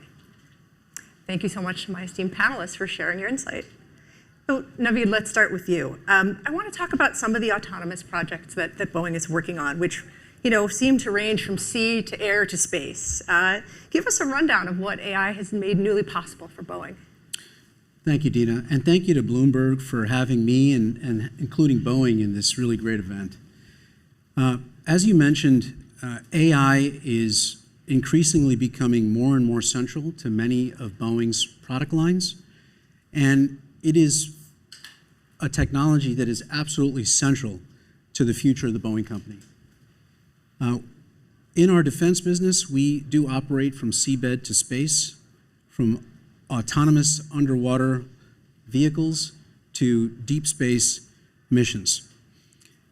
Across that spectrum, we have a family of products, some of which operate fully autonomously. We think about AI as a technology tool in our toolkit to enable these missions for our customers. It is a vast range of missions, from how we sense, from how we detect, from how we avoid obstacles, and how we can improve the mission in the hands of the decision maker, which is the commander of that mission. And Satyan, how is UPS using AI, and why is it critical to your company?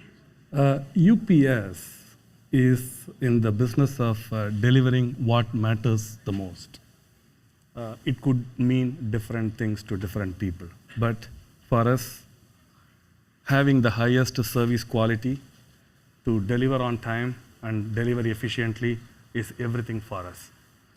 The act of planning, and more importantly, the cost of poor quality planning is extremely important to us. We use intelligence to help us with planning our logistics. If you break it down, logistics is nothing but the art of expecting what resources are needed at what time and how to get them and how to apply them.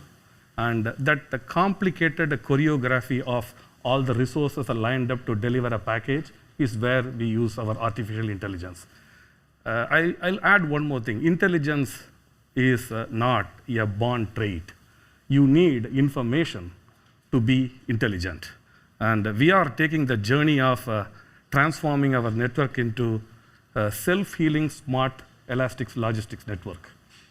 You may heard our CEO talking about smart package, smart facility. We are trying to make all the packages smart and the facilities smart so that we can deliver what matters to our customers. And Dr. Cephas, you made kind of an unusual career transition from being an AI scientist to becoming an evangelist. It's a switch you told me you weren't quite sure you'd enjoy. Why did you make that move, and why is your current role so critical as businesses invest more in AI systems?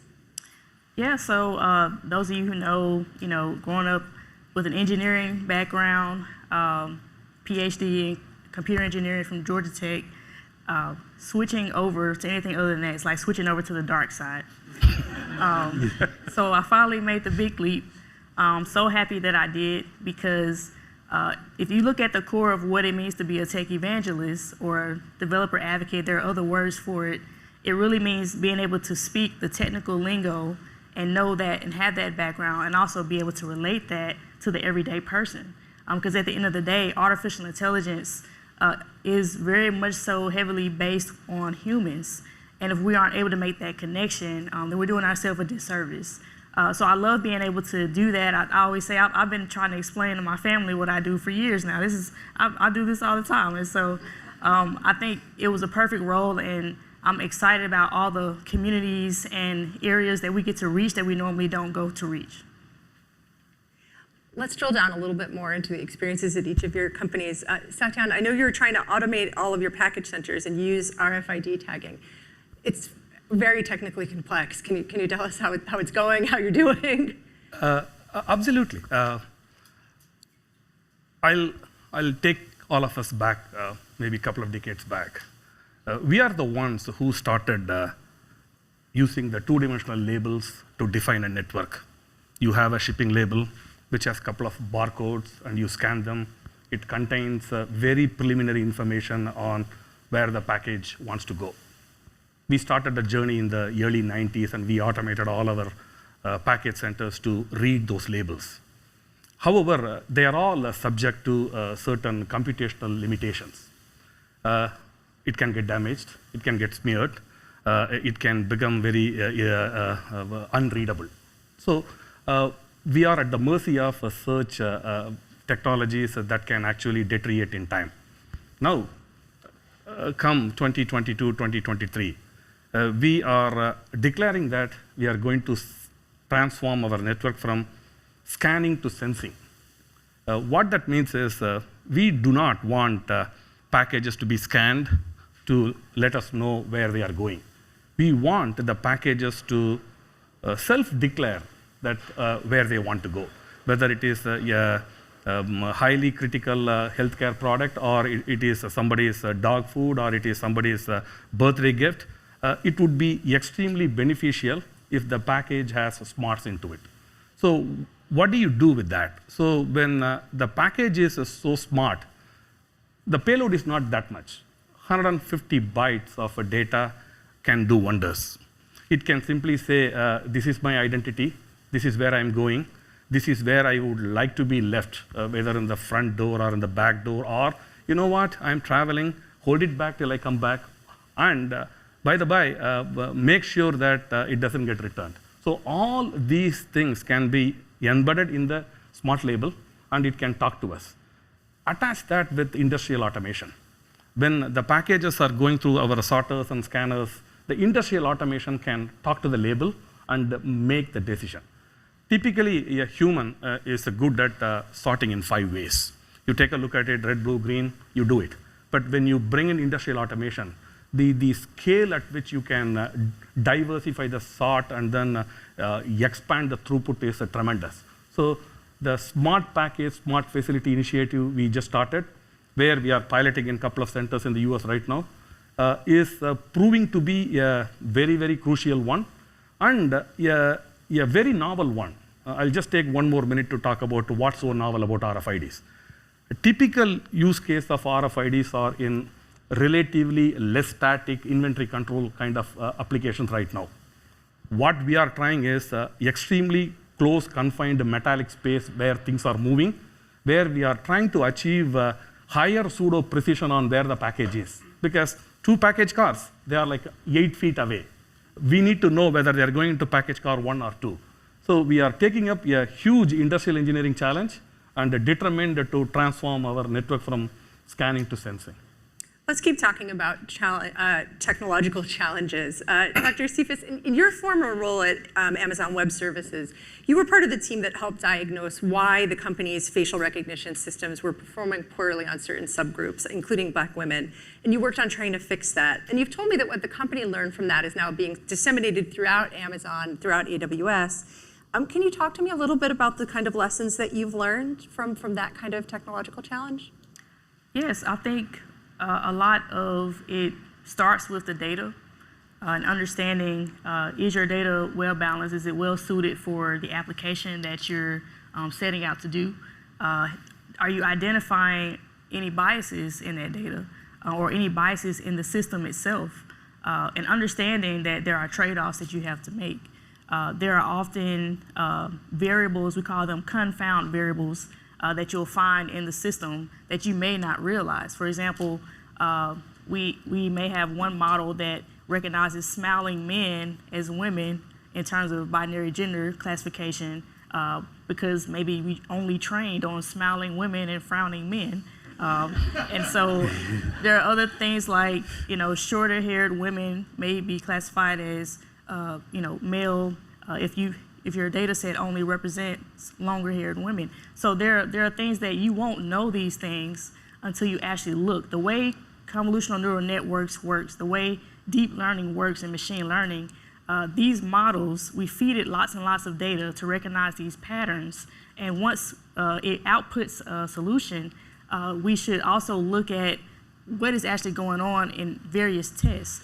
And setting up an evaluation system for a system is not trivial. You have to actually collect a whole nother data set that actually speaks to whatever it is you're trying to test. And you may find something totally different in that test that makes you go back and collect more test data. And it becomes an iterative process in the entire machine learning lifecycle. And so we try to do that with the face technology. And we were able to find some of those confound variables, improve some of those data sets, and now fast forward applying that to other services within our AI ML stack at AWS, like SageMaker, using tools like Clarify to help us balance the data, to monitor the data, to monitor your system over time, because sometimes when you deploy a model, that environment can change. And even though you didn't have biases in the beginning, biases may occur throughout the lifetime of that system. And so there's an entire study, there's entire experimentation that needs to go into, and thought process that needs to go into how do you really mitigate these biases, and several different respective fields that have come out of this area. Naveed, many of your autonomous projects have a very high degree of difficulty. For example, Boeing's working on a plane that refuels other planes in midair, and they require a high degree of precision. How do your engineers safely account for all possible scenarios, and including ones that present what AI researchers often call, kind of borrowing a turn of phrase from Donald Rumsfeld, the unknown unknowns? Well, that's a great question.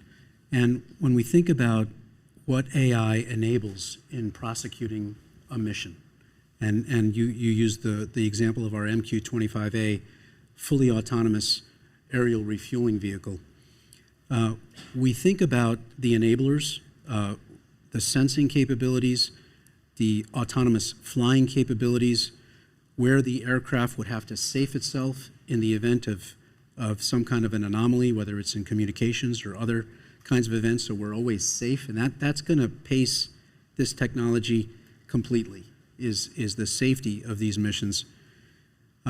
We think about the boundaries of where these capabilities lie, and we sort of put the AI enabler in that box. So we know and we feel very confident at a very high degree and a high level of confidence of these capabilities, and we'll put that AI and autonomous system sort of within that boundary. If it leaves that boundary in terms of what's happening in the mission, there'll either be some kind of human intervention or the system will safe itself. So we think about the capability with boundaries around it. We have to. And we allow the system to operate confidently within those boundaries. Let's talk a little bit more about both, planning for AI safety and fairness ahead of time, and also about what it means for your workforces. Dr. Cephas, let's start with you. When you're talking to companies as an evangelist, what do you tell them? What do you think companies should do to build ethics, safety, fairness into their AI algorithms from the start? Can algorithms be tweaked and fixed after the fact if an issue is discovered? So there's a lot of systems obviously already in place that we use every day that probably haven't gone through the proper scrutiny of fairness and responsible AI. One example would be every time you go to the airport, I actually have a flight today, when you walk through the machine where you have to put your hands above your head and it scans your body, the TSA agent has to select if they visually think you're a male or a female. As you all know, if they select the wrong one, it sets off certain red flags, and that can be a problem for the person who's actually experiencing going through that machine. And so there are a lot of systems right now that need to go back and be reevaluated for certain areas, which should be something that is ongoing by whoever created those products. On the product conception side, yes, there are many types of trainings that, at least within my role, that we're doing. We're working with our customers, which are startups, of course, corporations. Also, internally, what are we doing to ensure that we get this right? And so amongst all of these different types of trainings that we do, there's several different areas we call under the hat of responsible AI, and we teach courses to help people understand each one of those. And so fairness is one. Like, is your system fair for one group or one intersection of groups as it is for another? There's also robustness. Are we able to fool the system with deep fakes or something that is not really what we think it is? There's also, just looking at biases in general and explainability. Is the system doing what you think it can do? Again, we're not sure what the system is learning. It could be learning something in the background. If we don't go through that test, we cannot assume unless we test. And so these are the sort of things in education that we do, throughout, and I'm very much so a part of. And we believe, and I've seen, if people know better, they do better. And I'm wondering, Naveed, how has the focus on AI at Boeing changed what type of engineers you hire and what you think of as a Boeing engineer? Yeah, this is a great question, and it also leads us to the question of what is an aerospace engineer? A couple decades ago, we kind of thought about aerodynamics, flight sciences, turbo machinery, structures. Now, it's high expertise in things like software, electronics, AI, and autonomy. That is how we think of an aerospace engineer. And when we think about what kind of work that they're doing, the kind of training, we think about arming them and enabling them with digital tools, some of which have been developed within Boeing, some of which are available, in the marketplace, and allowing them to sort of thrive in the environment that we have, the one that they feel comfortable with, and we're open to them having ideas about new ways and new tools, and thinking about having them use AI and all of these various technologies to make them a more effective engineer. To not say, AI is going to replace this, or AI, say, we are going to make our engineers more powerful, better, hopefully, even more satisfied in the work using AI. Satan, what has it meant for UPS's workforce? And are you building all of these algorithms in-house, or can you leverage work from other, from cloud providers or other shops? So algorithms are our own secret sauce. Because logistics, you are not solving everybody's problem. You are solving the way you are running the company, and it's your own methods, so you are trying to solve them. So we have a group of extremely talented operational research scientists who observe the way we run the network, the way operators take care of things, and how decisions are made. And we are trying to mimic how to make it better. See, our automation and AI utilization is not to make a computer act like driving a car. Our goal is to let a human driver learn from the algorithm, and the algorithm will learn from the driver. So that when we come out with routes or suggestions, it's a practical and nobody is going to be put at risk. And more importantly, I'll just extend on what Naveed was saying. Our goal is not to eliminate the human intelligence in planning. Our goal is to provide a complementing tool for humans to make the planning better. Because there will always be some end conditions where you really don't want something to go really sideways. So our act is, we are not trying to replace humans. We are trying to make the drivers and operators get better at their job, working alongside with the tools we give them. I want to return to that theme of the human-computer interaction involved in a minute, but since we're talking about workforce, Dr. Cephas, I wanted to ask you, and one of the issues that has been raised in the AI workforce is a lack of diversity and a need to train a more diverse group of people. Can you tell us a little bit about the project that you founded in your hometown of Jackson, Mississippi, to bring more people into the field and into the tech field in general? Oh, absolutely. So my story in the tech industry is somewhat non-traditional. I was actually the CTO of a startup company based in Atlanta that we actually sold to Amazon in 2016. So I came into the company, Amazon, through an acquisition. And then once I had that additional capital, I wanted to go back to my hometown of Jackson, Mississippi. And all these experiences that I've lived, a lot of what we work on in responsible AI can be attributed to lack of diversity and inclusion on tech teams that are developing the technology.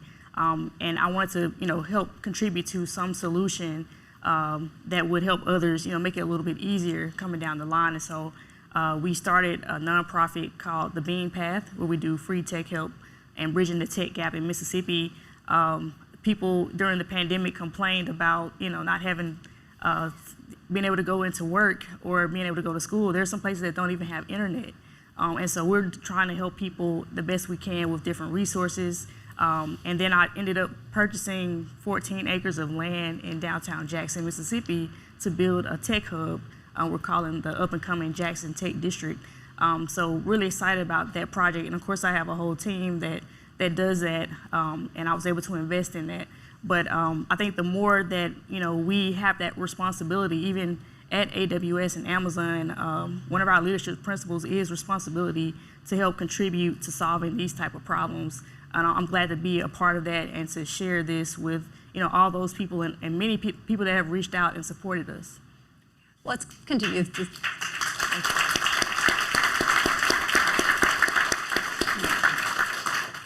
Let's continue the discussion of the human part of artificial, so the non-artificial part of artificial intelligence. When you're designing systems for military clients, how do you make sure when you need to keep the human in the loop, both for ethics and safety reasons? And shouldn't we be concerned about AI-driven military systems? Yeah, this is a great question.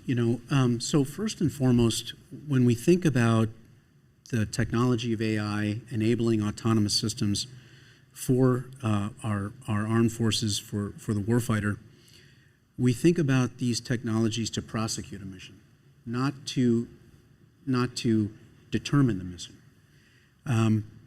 And so how do these technologies create more insights? How do they create a better sense of the threat landscape? How do they keep our warfighters safe? And so this is not so much about a decision point on what mission, it's more along the how to prosecute a certain mission. Satyan, let's start with you. What can you not accomplish now with artificial intelligence that you hope you can crack in the future? What's really bedeviling your teams? UPS drivers The brown drivers, they are our I thought you brand were going to ambassadors. replace the human. So We're not talking about robot drivers. Nope. Okay. Not in my lifetime, maybe. Yes, they are the best ambassadors, and they represent. The trust everyone has developed with UPS drivers. A stranger or maybe a person delivering the package for 30 years, knocking on the door, you feel comfortable to the level that you are giving your garage code and gate codes for them to enter your facility. That's the part, we don't have any intention to do those kind of things. What other things we cannot do? There are certain hazmat handlings that are done. Perhaps they may go towards autonomous processing. So we may want to keep humans away from that. But other than that, planning and creating a network that is aware and then reacts, all in the game. Dr. Cephas, what do you see as the next frontier in terms of what you want to see companies do better in the future? And what are the companies you work with not paying enough attention to that you would recommend they consider? I think understanding that in technology development, considering how the product can be more inclusive, again, it's something that should happen at the beginning stages of development, and also getting the proper training around these things, and not just taking it for granted that your engineers and your scientists are going to automatically know how to do this. We've seen, even at the largest of companies, that that's just not the case. And so I would also, encourage people to properly educate your customers, and if you can, even get some sort of pipeline to your end users as well. Sometimes your customers are not the same as your end users. Their experiences may be very different, and understanding what those differences are important. Also understanding that even though artificial intelligence, we think it's magic sometimes, you still have to have a human in the loop, and understanding where that human should be, and what places you should place those safeguards. So seeing more of that type of thing in the tech industry, more accessibility and inclusivity, of course, that's what I would say. Can I add on? Yeah, please. Great point by Dr. Cephas. In aerospace, we have thought about human-in-the-loop systems for many decades. We now think about human on the loop, where we think about loops that are being closed, autonomous systems operating, but there is that avenue for human intervention. They operate on the loop. So let me ask you, as you look at this, brave new world, so to speak, what is one thing that you are most excited about and one thing that you're most worried about, or that you think needs to be done with care? Dr. Cephas, let's start with you. Okay, I am I am so ready to, Naveed, I'm so ready to fly in cars so I can fly over all the traffic in Atlanta and places like LA and San Francisco. But I think, again, there's always concerns. Even as a technologist, I love to create cool stuff. We just like to create cool stuff. But also understanding how does that impact. Think about literally what is the worst thing that can happen with this technology, because I can guarantee you that's what some of the end users are thinking. There are a lot of groups, especially you think about marginalized groups, that have not always been at the forefront of thought for some of these technologies. And so how do you reassure them that this technology is also for them? And that's something that we should work on. Satyan, what one thing you're most excited about, one thing that scares you? One thing that's more exciting to many of us at UPS is the art of logistics is being demystified, and we are coming out with a lot of tools, AI-driven tools, machine learning-driven tools to help build and manage and change the network. That's exciting. But I'm also so worried that the art part of managing the network may fade away. But that's the thing, you can never replace certain things with pure technology. But the more and more tools coming in, will we impact the ability for the people to think in terms of planning maybe 10, 20 years down the line? That's the concern. But right now, technology is going to make us much better. Naveed, what about you? Exciting and scary. Yeah, you can pick the order. No, I'll start with exciting, and I think the theme is so right on with my fellow panelists, because when we think of AI, another acronym is in terms of how we can become better at what we do, and have sort of the mundane tasks be handled perhaps by a machine, and then we can sort of climb up the value chain in how we can contribute. And certainly the exciting part is this technology around protecting our freedoms and protecting our country and our allies. And certainly the part of that, and maybe the scary part, but it's certainly the urgency part, is that we need to keep our country in the lead here. As these technologies continue to proliferate, our urgency and the need for investment and the need for speed increase.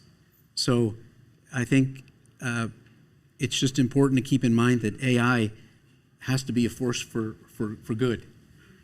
Great, and that's all the time we have. Thank you so much to our panelists for all of their insight.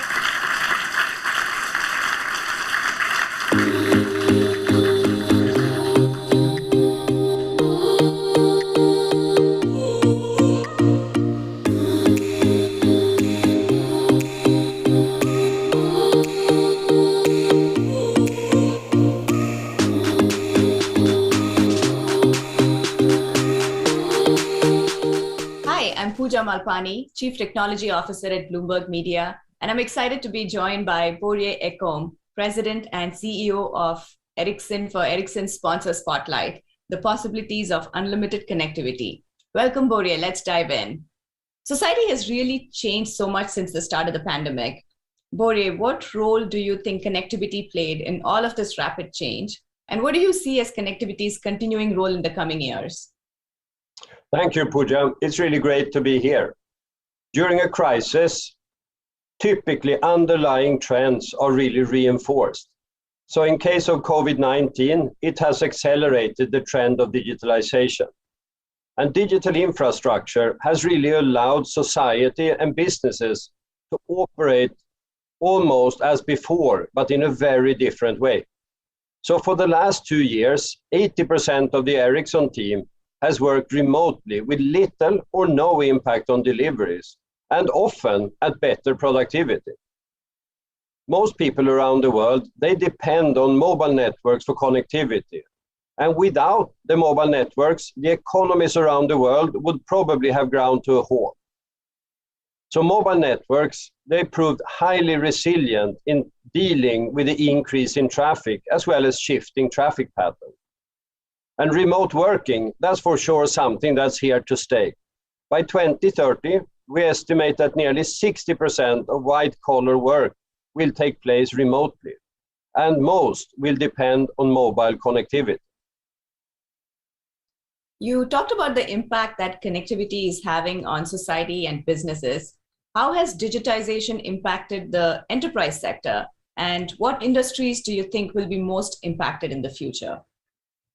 That's a great question, Pooja. 4G in reality digitalized the consumers. And I know very few that still have a DVD or CD at home, or a photo album for that matter.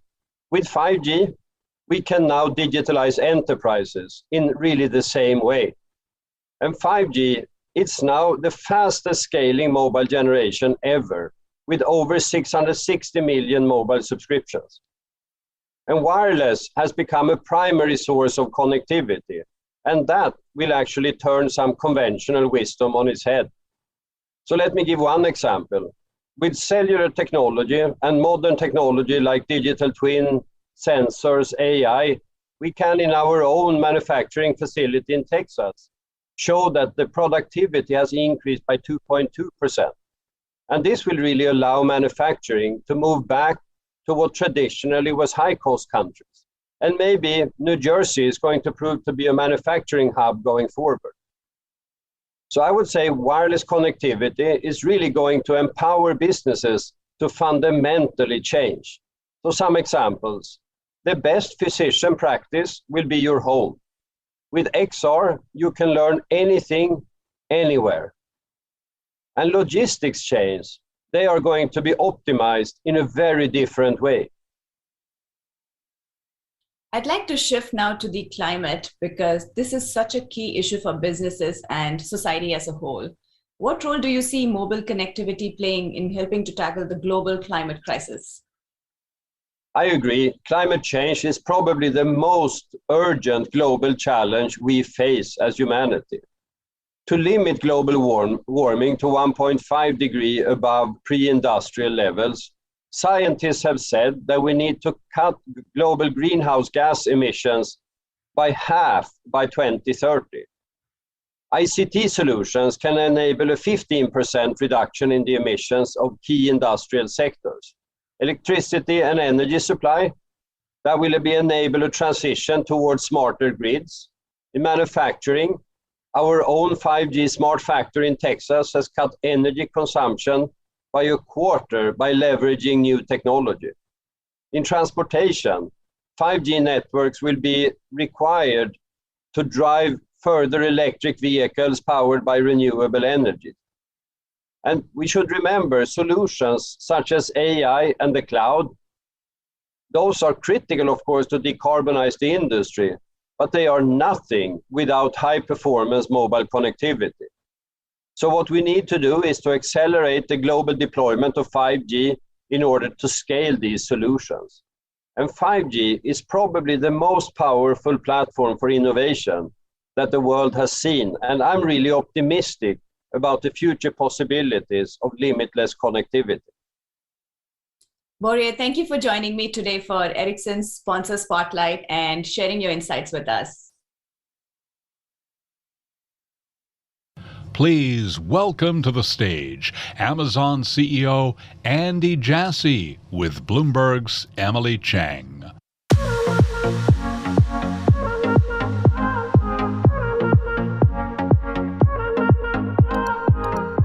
Thank you so much, and thank you, Andy, so much for coming down. It's really wonderful to have you here in person. It's my pleasure to be here. Thanks for having me. And I just found out we actually lived in the same dorm in college, just a few years apart.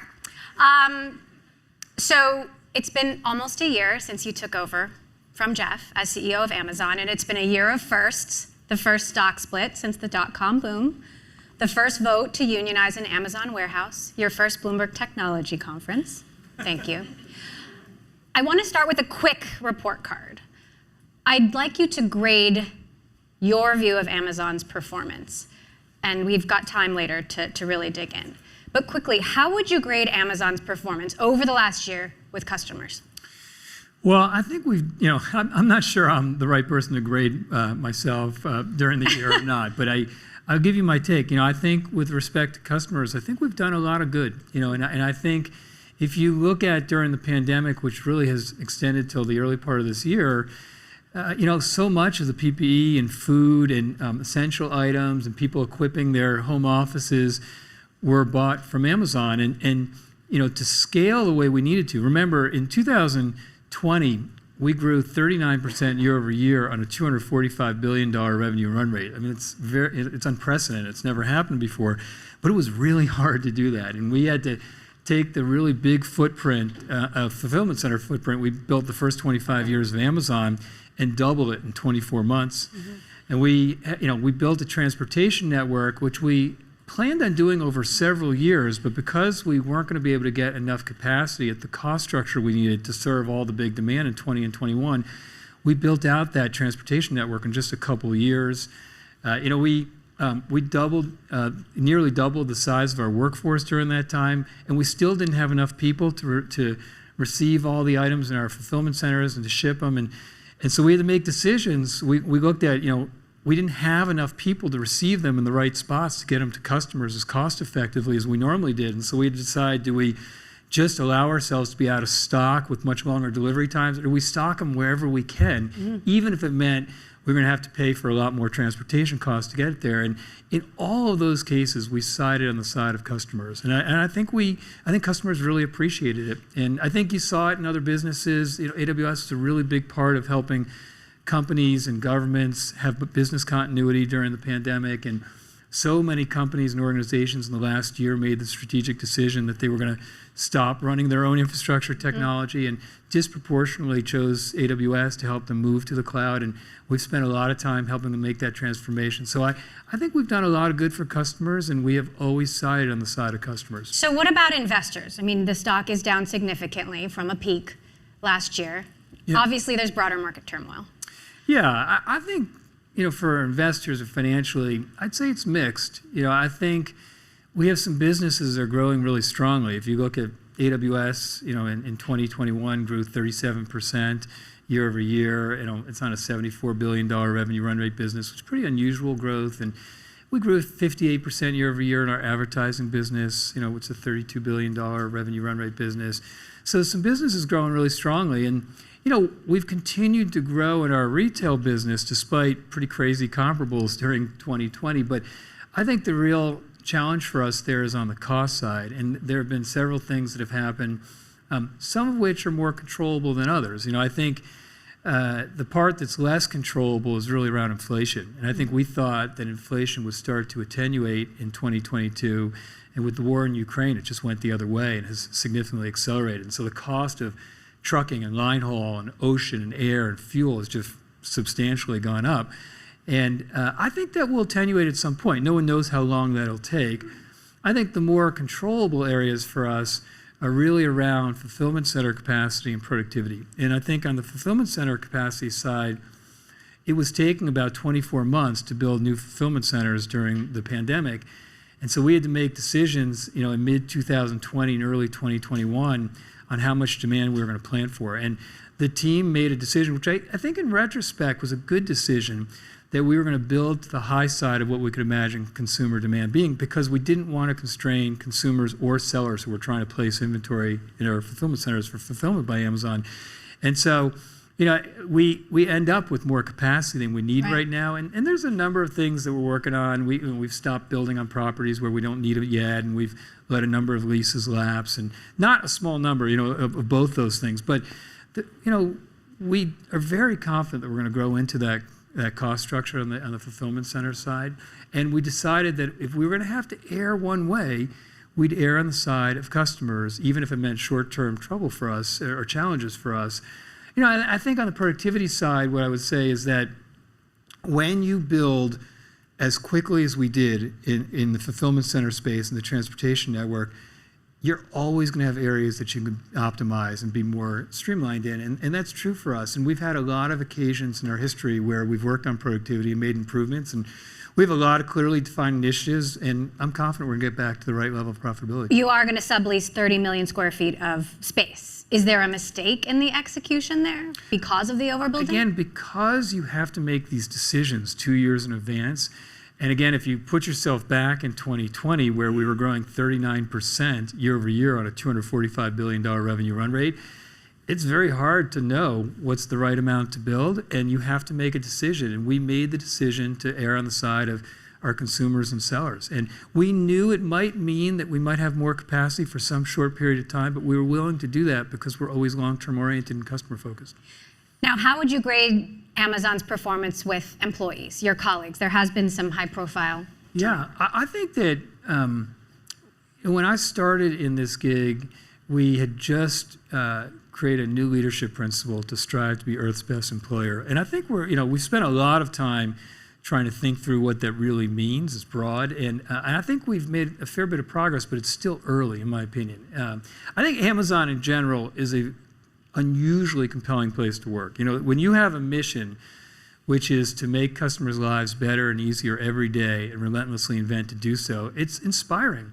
And if you layer on top of that we not only make customers' lives better, but people get to work on a scale that's nearly unprecedented given the nature of Amazon's business, with a culture that likes to invent and is willing to move fast on its ideas and willing to be long-term oriented, which means if you want to leave a mark on the world that outlasts you, you have a chance to do so. That combination is really unusual, and I think it's why we rank high in a lot of the polls on great places to work. But I still think there are many areas that we can keep improving. And I think, the first one I'd mention is safety. I think that in our fulfillment centers, that is the top priority. And when you get into the details and the numbers and outside of all the spin of it all, we're about average there, but we're not trying to be average. We want to be the best in the industry and the best in the world at it, and that's a high priority and an area that I'm passionate about and the team is passionate about. I think we've made a lot of progress in over the last several years, including last year, on diversity and inclusion. But to really get to where we want to get to, I think we have a lot of work to still do there. We have a very strong set of managers in Amazon, but we have grown so much in the last 10 years, and we have so many new managers, many of whom we have promoted internally. And we have management training programs, but I think you've got to kind of retool those things to really make sure that you have managers who are developing your teammates the way you want. Managing is a privilege. And so, we've spent a lot of time in the last number of months refining our management training programs that you'll see us rolling out. And then I also think that our services and tools to our external-facing customers have outpaced those for our internal employees. And I think we have a lot of work we can do to make our employees' everyday lives easier. And we've identified kind of a top 100 list of areas that we can be better at, that we are just metronomically stepping through. And so we've made a lot of progress, but we have a lot of work to do still. Dave Clark just announced fairly abruptly that he's leaving Amazon after 23 years. He has been described as an absolutely integral member of the S team, knew the logistics and fulfillment center network better than anyone. He just announced he's going to be co-CEO of Flexport. What happened with Dave specifically, and were you surprised? Well, I think different people want to do different jobs with different responsibilities at different times, and it's incredibly personal. And I think Dave wanted a different gig at this point, and I don't begrudge him at all. I mean, Dave has added so much to Amazon over the last 23 years, and particularly over the last 2.5 years, which have been among the most crazy in the history of Amazon. And I think that if you want to build a business that lasts 100 plus years, and that lasts all of us, you have to get used to these sort of transitions and make sure that you're doing the right succession planning and you've got the right talent to keep building the business. And we've done that historically, and I expect we'll do it again. Elon Musk just came out saying he has a super bad feeling about the economy. Tesla laying off 10% of his staff. Jamie Dimon says he's preparing for an economic hurricane. The World Bank just slashed its forecast for global growth. How do you feel about the economic climate? Well, I wasn't planning on giving any guidance today. Please. But super bad or super bad? I think there's some things as it relates to Amazon that are useful to remember. I think the first piece is, remember that 85% of the worldwide retail market segment share is offline. And if you believe that equation is going to flip at some point, which we do, I think it will flip over a long period of time. But if you believe that, the companies that have great customer experiences like we do, I think are going to do all right. And and great customer experiences mean you have really broad selection, low prices, and very fast delivery that's reliable to customers. I also think that if you look at different downturns, should we have one at some point? And we've been through a few, obviously, in the 25 years that I've been at Amazon. Customers change their habits. They tend to be pickier about what they buy and when they buy and who they buy from. And they often pick the partners and the companies that they trust, and that have great customer experiences, like the dimensions I mentioned earlier. And so, I also think there's, those two reasons, those two factors give me some optimism that even if we have a downturn, that we have the potential to still grow. I would say that regardless, though, we have so many things that we believe we can do better for customers. We have a roadmap that's, probably 3 to 5 years long, and we're going to continue to invent. We're going to continue to be insurgent, and we have a lot of work to do to get to where we think we ultimately can get for customers. So let's talk about that. The theme of this conference is moving forward. What are the moonshots at Amazon that are capturing most of your time and attention? What is going to define the next era of Amazon? I mean, is it Astro the home robot, or is it something else? Well, we have a unique way that we look at big new investments. And I'm not sure it's right or wrong. It just happens to be our way. And we ask ourselves when we're considering something 4 questions. We ask, if it's successful, can it be big and move the needle at Amazon? Is it being well served today? Do we have a differentiated approach? And do we have competence there? And if not, can we acquire quickly? If we like the answer to those questions, we'll go pursue it with a single-threaded team that isn't distracted by the rest of the business. And sometimes that leads to innovation and investments that seem pretty obvious. Like, when I got to that company, it was a books-only retailer, and then we expanded to music and video and electronics and toys. It seemed obvious to people. Other times, that process does not lead to investments that seem obvious to people. I mean, AWS was something that people externally and internally thought was a little bit nutty at the time. But just imagine what Amazon would be today without AWS. And I think that you see the same thing here.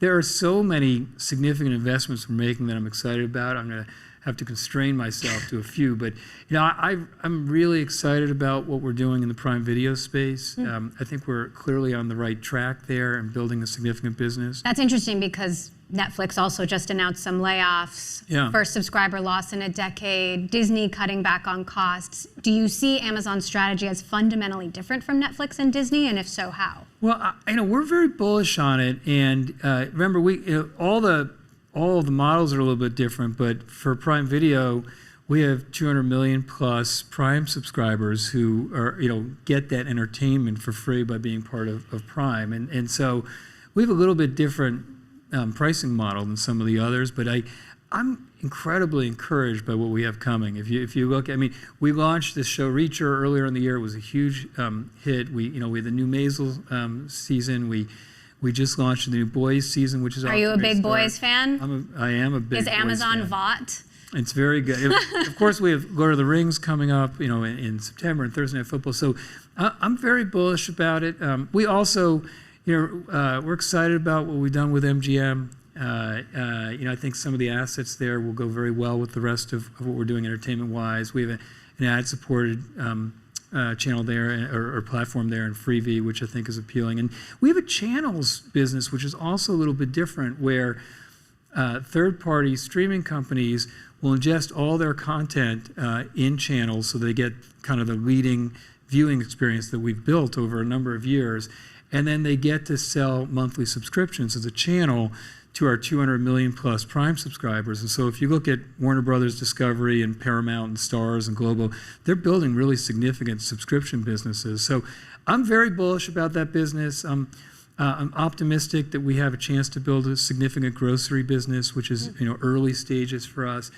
I am excited about Kuiper, which is our low Earth orbit satellite that we're building. You got to remember there are 300 to 400 million people in the world who have limited to no internet connectivity. Just think about how different the world is when you don't have that type of connectivity. And so I think that's a really significant opportunity that has some AWS characteristics to it.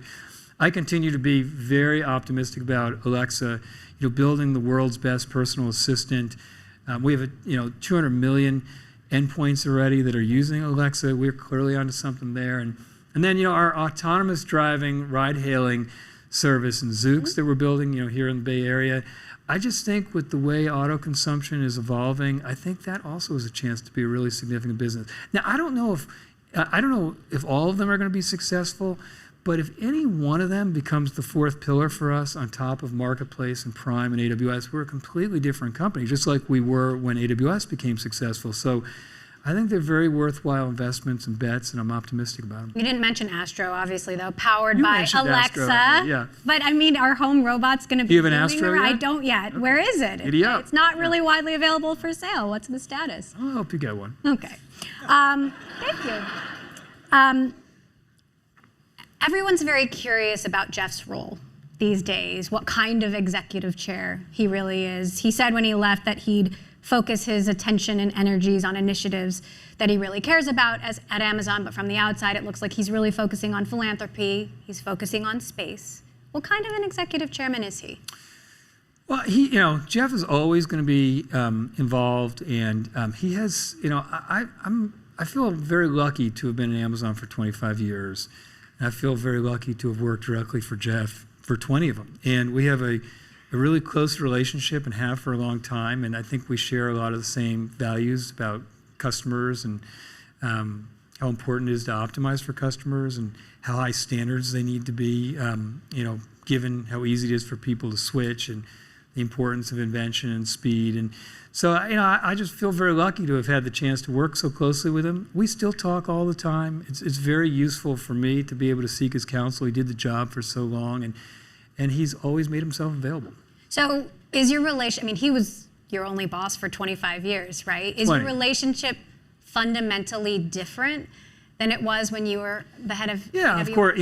Every single job you have, the relationship's different. Remember the first couple of years I worked for Jeff, I worked as what we called his shadow then, which is really like a chief of staff. And that was different than when I was starting AWS, which was different from when we got AWS going, and it was a business that was starting to do well. And it's different when I'm in the CEO role. But the constant has always been that we have a great relationship and we collaborate really well. And I think that we listen to one another. And again, for me, to have the ability to bounce different things off of him and seek his counsel is very valuable. And he's still focused on Amazon? Yeah, he still is focused on Amazon, yeah. Amazon is poised to become the biggest private sector employer in the world. Second only, right now Walmart is in that spot, but Amazon will probably soon surpass it. First vote to unionize at an Amazon warehouse. I know you've been spending a lot of time at warehouses. When you look at someone like Chris Smalls, who I think some people look at as this modern day hero who got fired, pulled off this union vote, what's your message to someone like him? Your message to the folks who think maybe we should join a union? Well, I think that the first thing to be clear about is that employees get to make that choice, whether they want to have a union or not. They always have had that choice, and it continues to be their choice. And we happen to think they're better off without a union for a number of reasons, including the fact that it's much harder when you have a union to have a direct relationship with your manager and to get things done quickly. So if you see something on the line that you think could be better for your team or you or your customers, you can't just go to your manager and say, let's change this. There's a whole process in bureaucracy that you have to go through to be able to do that. And we get, when there's a union, we're going to get the feedback filtered by what the union decides is worth bringing up. And we'd much rather hear from every employee whatever is on their mind. And so, I think if you want to continue to have the structure that we've had for all this time, you have to have really competitive benefits. And then I think if you look at Amazon's, they're very unusual in this space. We championed the $15 minimum wage several years ago. The starting salary is now over $18 an hour, which is more than double the federal minimum wage. You get full health insurance and 401k and up to 20 weeks of parental leave. And if you want to get a college education, you haven't had one, we have a career choice program that lets our fulfillment center associates be able to do so. That is a very unusual and compelling set of benefits, and those were all accomplished without a union. So, I think that we realize that we have to continue to work on the relationship with our employees, and we need to continue to provide the right benefits, and we need to continue to work on safety, and that's our intention. The FTC has revamped its antitrust inquiry into Amazon, and by some accounts is accelerating it. Are you preparing for an antitrust lawsuit from the FTC? I think that if you are a large company that's growing to a significant extent like we have, you have to be prepared to be scrutinized. And we have known this for some time, many years. And we have tried to run the company with that in mind and knowing that if somebody looked, that we would stand up to that scrutiny. And I think that's what we've tried to do in running the business. We can't control what, whether organizations bring different suits against us, but I think if you look at our business, if you actually look at the fact, if you take out of the equation that there may not be the most objective, leadership when it comes to Amazon in that organization. If you look at the facts, in our retail business, we're about 1% of the worldwide retail market segment share. And remember, 85% of it is still offline. And if you look in our AWS business, we, about, depending how you measure it, 95% of the worldwide global IT spend is on premises. And then we have a cloud business, and then we have a portion of that. We have a leading market segment share in the cloud part of this, but we operate. Who we compete with in AWS is really on-premises IT in addition to the cloud. So, these are relatively small percentages of the entire pie, and you can kind of step through all the businesses. And I think simply because you've been successful in a few different businesses doesn't somehow mean that you have unnatural market power. It just means you've been successful in a couple different customer experiences, but we still have a relatively small amount of market segment share in those areas. What about the SEC? You're being sued by them over third-party data and how you've used it. Do you think in the past Amazon made mistakes with letting employees internally see how those third-party sellers were doing? We have pretty good control. I mean, we of course disagree with the premise of that, but I would say that we have very good controls with respect to the data that different employee sets are able to see. And I think if you look at sellers, we have about 2 million small and medium-sized sellers who sell in our marketplace. And by the way, I think that we can be better for sellers. I think that we can have better tools for them to get started. We can have better tools for them to manage what they're doing across their different Amazon units. I think we can communicate better. There's a whole bunch of things we can do better. And we agonize over every single email or communication we get from sellers that's critical or where they're unhappy. But we also, we get many thousands of very positive emails from sellers, and we do very regularly robust surveying, and a lot more sellers are happy with Amazon than unhappy with Amazon. And I think if you look at what they're able to do is, as a business, by virtue of selling on Amazon versus not, it completely changes what's possible. Sellers don't really long for e-commerce software. That exists in lots of places. And it's not very expensive. What they love about selling on Amazon is that they get access to our hundreds of millions of customers, and that completely changes what their prospects can be in terms of the businesses they're building. So we have a lot of work to do there, like we do in a lot of other places, but I think we have a very strong partnership with sellers. What's the view of the supply chain right now, and how much pain there is going to continue to be, and for how long?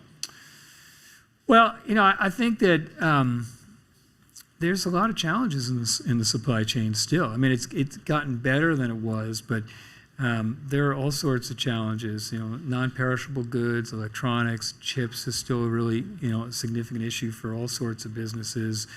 And so I think most companies are working really hard to overcome those challenges. In our case, we have tried to order significantly ahead of when we normally do, which again might create risks financially, but we're going to do it on the side of customers.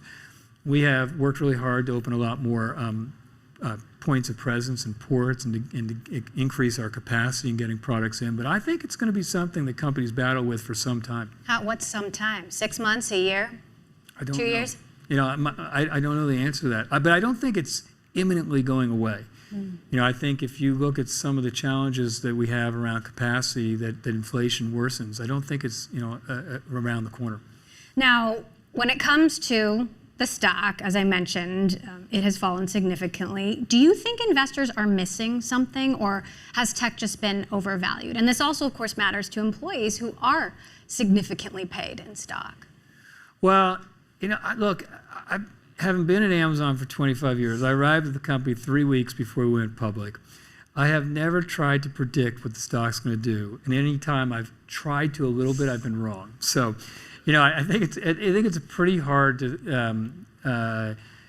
predict what it's going to be in any short period of time. I do really believe that Benjamin Graham maxim that in the short term the stock market tends to be a voting machine, in the long term it tends to be a weighing machine. And I think if we've been through a lot of points in 25 years of being at Amazon where the macro factors are off and stocks are down, our stock is down, but you can't really control that. We have a concept we talk about a lot at Amazon, inputs and outputs. And the ultimate output for a company is share price, and then other big outputs are free cash flow or profit or revenue.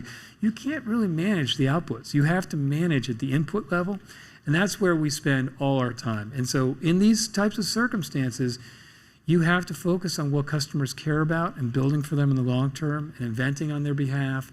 You got to get your cost structure in the right spot. But if you do the right things for the business long term, things tend to work out. I think we've had very good returns for investors, and I expect that to be true again. I have, as you could probably tell, a lot of optimism for, and I'm an optimistic person, but I also, there's this Foo Fighters song called Congregation that has that line, you need blind faith but no false hope.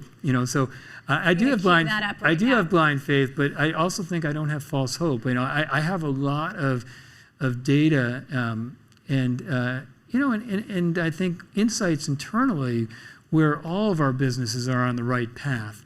But if you measure at any one point with lots of things happening around you, you may not get to the same conclusion that you get to long term.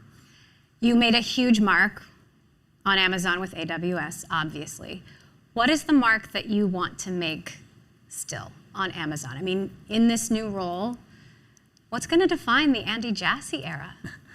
Well, I don't really think of it that way, Emily. I mean, I don't think it's really about an Andy Jassy era or any one person. And by the way, AWS was not about any one person. That if you've spent any time on AWS, that is an unbelievable team, not just an incredible leadership team, which it is, but just top to bottom. The number of inventors and people who care about customers and operate, something where it has to work almost like a dial tone. It's always teams. And so what I'm hoping for over the next number of years is really what really unites all the parts of our business, which is we exist to make customers' lives better every day and easier every day. And we're going to keep inventing to do so. And so I look at every single one of our businesses and, take our retail business or our consumer business, which is the oldest of our businesses,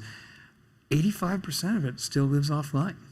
I think we have a lot of upside and a lot of growth. And I think as much invention as we've seen the last 25 years, the time I've been there, I think that it's going to look small compared to the next 25 years. There is a lot for us to invent on behalf of customers. And so, I'm excited to be part of the team that makes that happen. And, I also think that there's a lot we can do as we continue to make Amazon a place that employees love working at, and it's the place that they can best build their career at. And I also think that you've seen some of this last few years, but increasingly, we are continuing to increase the amount that we give back to the communities in which we have a big presence, and that really matters to me. I think we have a responsibility to do that, and so it's a long journey that we're working on, but I'm excited to be part of it, and I hope to be part of it for a long time. Well, thank you for joining us and telling us about the way the journey is going so far.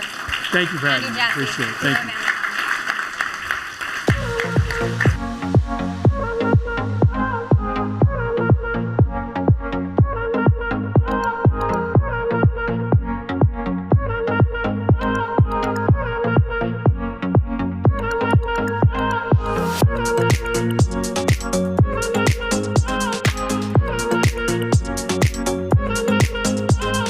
Welcome to the stage, NASA Mars Scout Maven Principal Investigator Shannon Curry and Astra Founder, Chairman and CEO Chris Kemp with Bloomberg's Ashley Vance.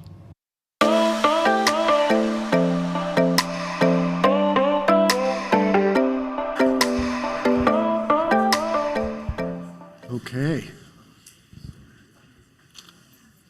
So, thank you guys for joining us. We have the exciting pleasure of talking about space, and we've got Chris Kemp here. He runs a company called Astra that makes rockets actually in a factory about 5 miles from here in Alameda. I'll let Chris talk a little bit more about what Astra does, but it's a pretty interesting concept. They're basically trying to mass produce rockets, make them as inexpensively as possible, launch them as quickly as possible, and put up lots of satellites in the coming years. Shannon, as the announcement mentioned, is you're kind of studying the climate of Mars, really, right? And climate change and water, and doing a lot of work with NASA. And then I think you've got a mission to Venus in a few years coming up as well. And so I'll stop talking in a second. I did want to just sort of frame things in case for people who don't follow the space industry as closely maybe as we do. You know, we're in a really interesting time where thanks in large part to Elon Musk and SpaceX and what's sort of followed from that, commercial space is booming. Astra is one of many dozens of rocket startups. There's dozens of satellite startups, and so we're kind of going to space more often than ever before. We're building, I think of it as like a proper economy in low Earth orbit. About 2 years ago, there were 2,000 satellites in low Earth orbit. Today, there's about 5,000, so it's more than doubled. If you look at the launch manifest of Astra and other companies, that number is set to go from 5,000 to about 100,000 satellites in the next 10 years. So this is like the boom time of new space.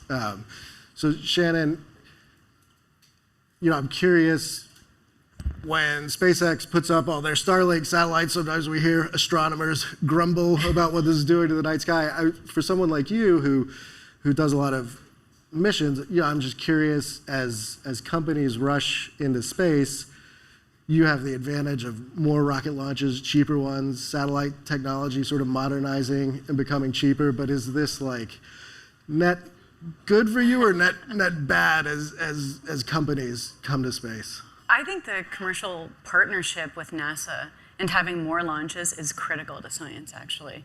Because when we have more launches, that means we have more opportunities, and we don't have to have, we're not tied to launches and piggybacking all on one rocket the same way. And so we can get more science done, and we have a much higher ROI, net return on the investment, when we think about if we can get more done for cheaper, we absolutely should. That's how we can push different mission classes. So NASA often works in mission classes that are between $1 billion plus, maybe $500 million as a starting point.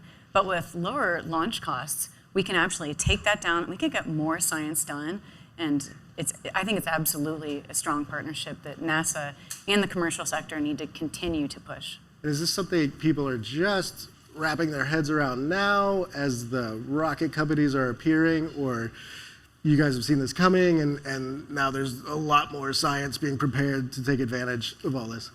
Well, as scientists, we're always ready with things to put on a rocket and go explore with. But I think NASA's been thinking about this for a while. So when we think about Vader, which is that venture class acquisition for, for basically different kind of mission classes, we're looking for other launch providers. And even you think about CLPS, so that's the commercial lunar and payload services. We're looking for commercial partnerships because we need to start branching out more. And so I think NASA is testing the waters with programs like that now to see how they go and how viable these business models are for forming that partnership between commercial and space. And I think we're thinking about it, but it's looking good. I'm hoping to see more. I kind of want to get into maybe how NASA evolves as we go in a second. But Chris, you guys have a mission coming up that I think sort of gets at the heart of a lot of what I was talking about. It's called Tropics. I'll let you explain it, but maybe in some of this context of sort of how, not to abuse the term new space, but how new space is different than old space with this particular mission. Yeah, it's a great example of a mission that's designed for small rockets and small satellites. It's NASA's first Earth science mission. It's based on small satellites. So the satellites are literally the size of a loaf of bread. This mission basically scans the inside of hurricanes in tropical regions. It's called Tropics. And we'll do it much more frequently at much higher resolution because the satellites are much lower in lower Earth orbit. A mission like this just 5 years ago, 10 years ago, would have cost $500 million for one big satellite parked tens of thousands of miles away from Earth. This mission is a $50 million mission. It's 3 launches from Astra. It's 6 satellites per plane, 2 satellites per launch. 4 out of the 6 need to be successfully deployed for the mission to be successful. So it doesn't require perfect reliability. It will deliver a tremendous amount of value to science. It's higher resolution, both spatially and temporally, at 1/10 the cost. And this is just the tip of the iceberg. As you noted, there's thousands of new satellites being launched, providing global communications, global Earth observation, understanding where carbon dioxide and methane is building up in the atmosphere. We're at the very beginning of a very significant shift in how space is improving life on Earth. Just real quick, tell people like the economics of an Astra rocket and how it compares to what's historically been available. Yeah, there are 2 things that really matter a lot. One is the price per kilogram of things into space, and the other is the price per launch. And the way you get price per kilogram down is you build the world's largest rocket, and you reuse it as many times as possible. So that's Starship. That's a great example. SpaceX. Fantastic example. On the other end of the spectrum, that's a really big machine. There's a tremendous amount of fuel and cost associated with operating it, like a container ship leaving a port, or like a 787 or a large A380. Now, when you get an Amazon Prime delivery, since Andy was here, they pull a van up to your house. They don't pull a semi-truck. They don't pull, right? So you want a very small, mass-produced, and so you bring your launch costs down, and what you do is you enable innovation. Because all these startups that are out there, $12 billion was raised collectively in the public markets in the last year from new space companies. They all need to get to space. So whatever happens to the economy, this is capital they've raised, and they're going to be looking for the lowest cost launches. And so what we can do is we can deliver a particular satellite to a particular orbit on a particular day, saving that company a tremendous amount of time. Even if a Starship were free, you might wait a year or 2 for that. What's the value of that time? That's why you FedEx things, you don't Maersk things, right? Right, and how much? Tell me one more time how much you guys would cost versus like a large rocket. So our base price is $3.95 million, and you compare that to a Falcon 9 at $65 million. So smaller capacity, but more. So for people who want to try out new ideas in space, you don't have to raise $60 million.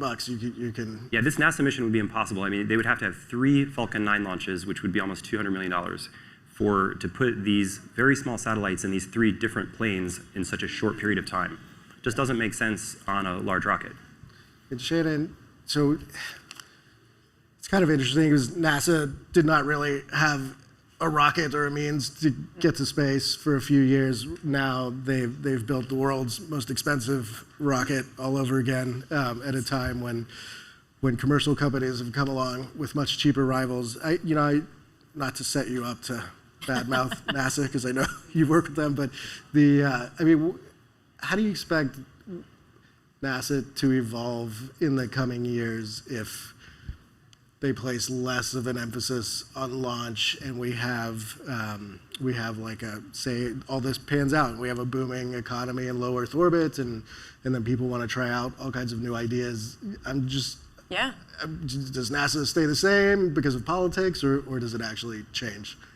Well, I think what I can say is that, by having that cost savings with different launch providers and having a much wider variety in those launch services, you can focus more on science and much more on exploration, and that's really one of NASA's core missions. And so I think it could be a very welcome change. It would be a change, and I think there might be a little bit of resistance in the old guard, but I think that that's something that, especially with a new generation coming in, we can look much more at interesting science and thinking about the high risk, high reward, because not every launch is going to make it in this new paradigm. But that said, that's something that we could take that risk and we could really push the envelope with. So I think I could see it being a welcome change. It may take a little bit longer than some of us would like, but totally viable. Like what has to happen? Because we've seen different directors come through with their agendas. Mm-hmm. There's so much politics tied to senators that have jobs tied to NASA programs in their states. Things haven't really changed much in decades. Like, how would this happen? I mean, I think one of the biggest things is that you leave Earth, though. A lot of what we're talking about right now is Earth orbit. But by going to Mars, but by going to Venus, the outer planets, there are a lot of good reasons beyond science to do that. And I think if NASA continues to shift a focus really to science and exploration, in particular of the solar system and the world around us, we can start thinking about, truly metaphysical kinds of questions, like where did life come from? Like, are we alone here? And we could actually answer that question definitively and less abstractly. We think about ocean worlds where you'd need to drill and do that in the outer solar system. These companies, if they're able to prove themselves with this kind of capability, we could start to answer really important questions, and I think that's something that I would love to see in the next 15 years. And Chris, I know you're doing business with NASA now, but a sort of a similar question to you. When I first met you, Chris used to work at NASA Ames. He was like chief technology officer at NASA, I think the youngest NASA executive ever, but you were part of this, people might not know this, but there was like a renegade group of scientists and engineers at NASA Ames who were trying a lot of these new ideas out. How do you expect NASA to evolve, or do you expect it to over the next, say, 10, 15 years? I heard there's a book coming out on that. I think that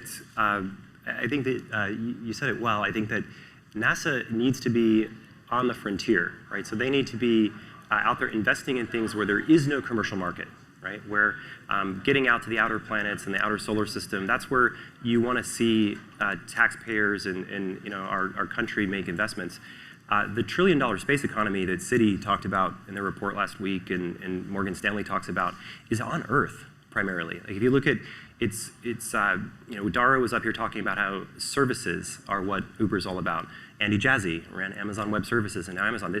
It's all about services. And so if you think about the $1 trillion space economy, it's about connecting everything on the planet, connecting every device, every car. It's about observing the entire planet. The NRO just awarded billions of dollars of contracts to some of these very recently startups to provide services of Earth observation and imagery.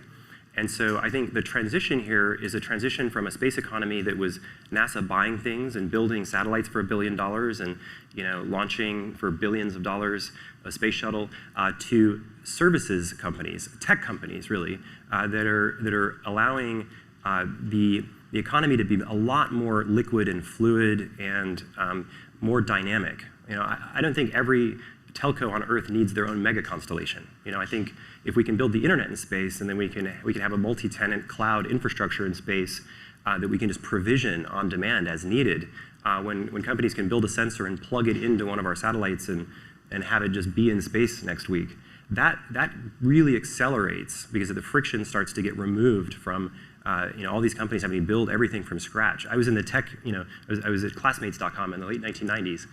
Back in those days, you had to build data centers and networks, and you had to buy big, capital investments in infrastructure. That's what space is today, and it's taking this leap forward from this mainframe era all the way into the cloud era in one big, and Amazon's putting $1 billion a year into their Kuiper thing. So Amazon's going to get into space in a very big way very soon. So, like to your point, and you talked about this $1 trillion space economy.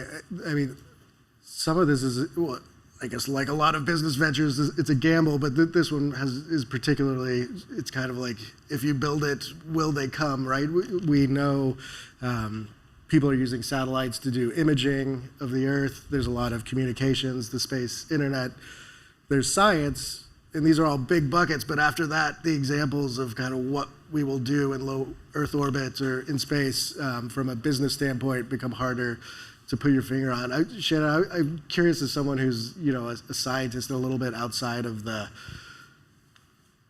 frenetic commercial space. I mean, how real do you think this moment in time is? This sort of space boom, I guess, or do you think it has legs to it? Yes, I absolutely do. I mean, I also think it's, I talk about science and exploration, but there are reasons to go beyond. Just because when we discover and explore things beyond Earth, we start to discover things that are really different, and I think that do have business applications. I mean, there was a recent paper that came out that on Titan, there are all these liquid lakes and rivers, and I won't go on the science and why that's cool, but actually all of the hydrocarbons on the surface of Titan are hundreds of times larger than all of the combined gas and natural oil reserves on Earth. So that's something of interest when you start to think about, are there reasons to explore other planets that, and some of them, could actually have very real applications to the kinds of things that, in terms of a business model, are those viable? And I would think yes. And Chris, like a similar vein, I mean, launching rockets is sexy, but it's not a terribly good business traditionally. Even SpaceX, most of their valuation actually comes from their space internet business and the promise of that, as opposed to their rockets. We have dozens of rocket companies, each one has a little bit of a different take on this. You guys are going for quick and cheap. There's companies that are 3D printing rockets, that's their take. I'm curious, I mean, I think we literally have probably like 65 rocket companies now. How many are we gonna have in 5, 10 years? How do you expect this to play out? Well, I think very few of them actually put anything in orbit. Even very well-financed rocket projects that have been working on this for a long time, it's a very challenging thing to do. And then it's even more challenging to do it more and more frequently and continue to drive the costs down while you're doing it. And so I think that there's only 3 of us, I believe. SpaceX did it, Rocket Lab did it, we did it, and Virgin did it. That's a pretty short list of companies actually putting satellites in Earth orbit for customers. And so, we'll do it more and more frequently. We'll continue to drive costs down. That's what SpaceX has been doing. But I think that there's room for some competition, and I think that the company that brings the price per kilogram down the most wins, and I think the company that brings the price per launch down the most wins. And I think the price per kilogram thing is well under control down in Texas. So we're really focused on bringing the cost per launch down so that we can be the best partner to our customers. They're small businesses and new constellations that need very small satellites exactly where they need to go. I think in the description of this session, I think there was the promise of talk of space tourism, and I threw us into satellites and the low Earth orbit economy. But Shannon, I mean, you're such a great person to ask about this. You studied Mars in detail. Like when Elon talks about setting up a colony on Mars, do you take this seriously? Do you think it's crazy? Are people going to be living there? Well, I mean, the first thing I would say, I like to remind people that space is incredibly punishing. There's no caviar, there's no champagne, there are no hot showers. I mean, it's a really punishing environment. So if camping in a room sounds like fun to you for a long time, then by all means go for it. But I do think, colonization of Mars is a pretty long way off. Even if you can launch the mass you would need, let's just pretend for a moment you could launch the habitat and all of that. There are a lot of, we'll call them challenges, but sort of bordering on impossible obstacles at the moment that we're at least 10 years off from. That said, I do think that's going to be at some point, boots on Mars is important, but for many other reasons than space tourism. I would not recommend tourism in space. It's not comfortable. But I think low Earth orbit, if you're going for like a day, that's fine, but a month, I think you'd want out after a week or so. But that's my 2 cents, so I like my hot showers. Hey, Chris, I don't think I've never asked you this, even though I've known you for ages. You guys do not have any plans that I know about to get humans on rockets anytime soon. Do you view space tourism as a distraction or a real viable business?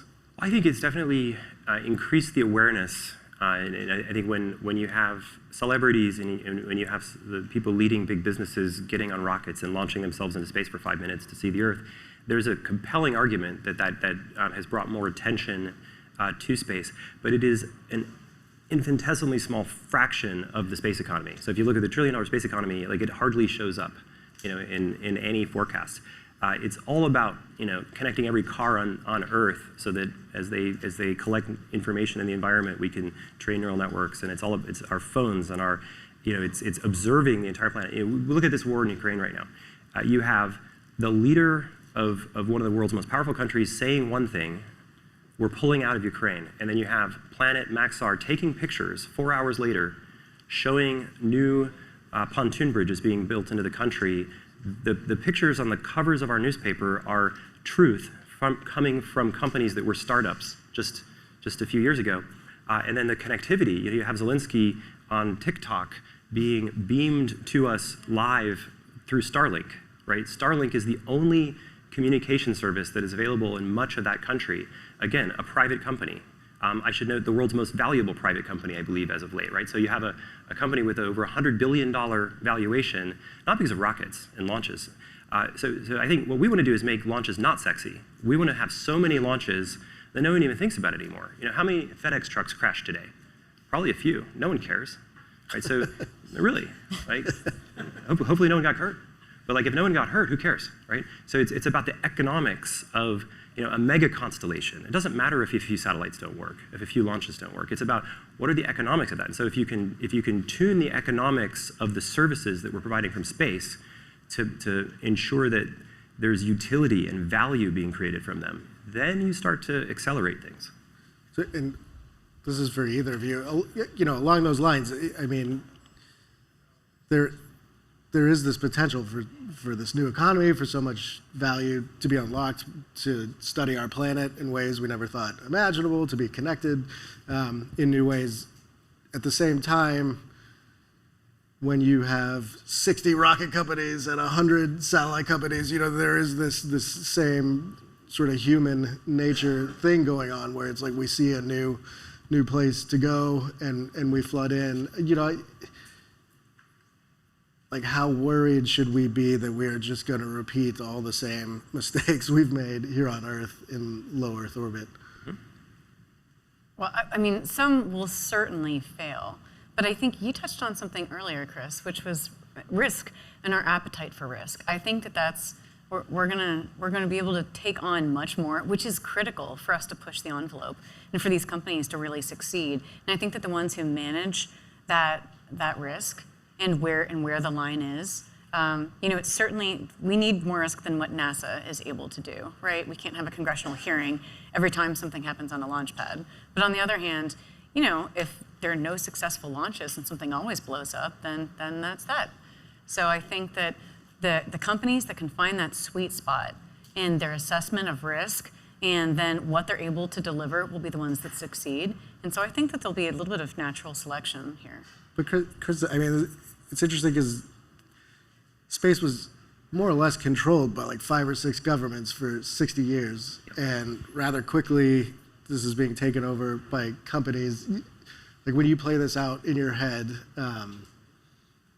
as to who's doing what in space and has control of these assets, how do you think this plays out versus nations versus companies in the next 5, 10 years? I think it's increasingly becoming commercial. And we take things like GPS for granted. What would it be like without GPS in your phone, in your car? So these are the kinds of services that will get better and better. They'll increasingly not be multi-billion-dollar programs that the government throws at companies, but they'll be services that are operated by private companies, and it'll be competitive, and the services will get better. And I think that's where things are headed.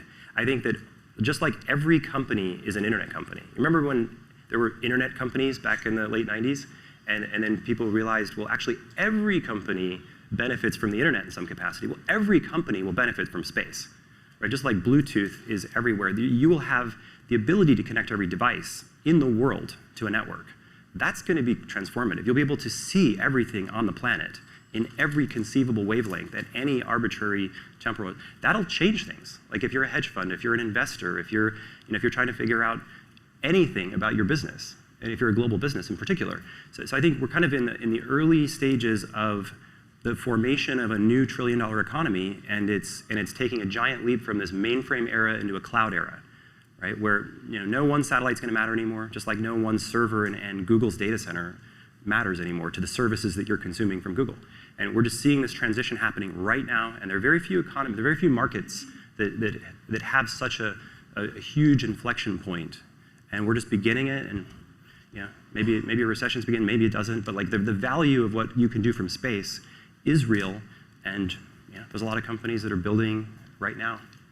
I see us running out of time. I think Brad is maybe coming up to give a note about lunch. Just right before we do that, people can watch your next launch, right? Isn't it this weekend? Yeah, If the FAA gives us a license on Friday, Sunday at 9 a.m., tune in. We'll be broadcasting our next launch live on NASA spaceflight. Perfect. Thank you, Chris. Thank you, Shannon.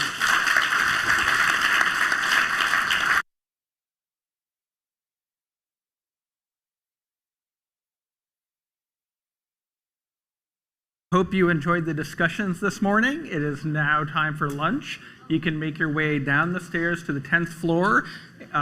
Please enjoy the Diego Rivera mural on the wall. I think it's priceless.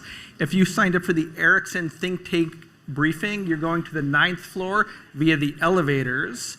There's signage down there as well as Bloomberg staff to direct you.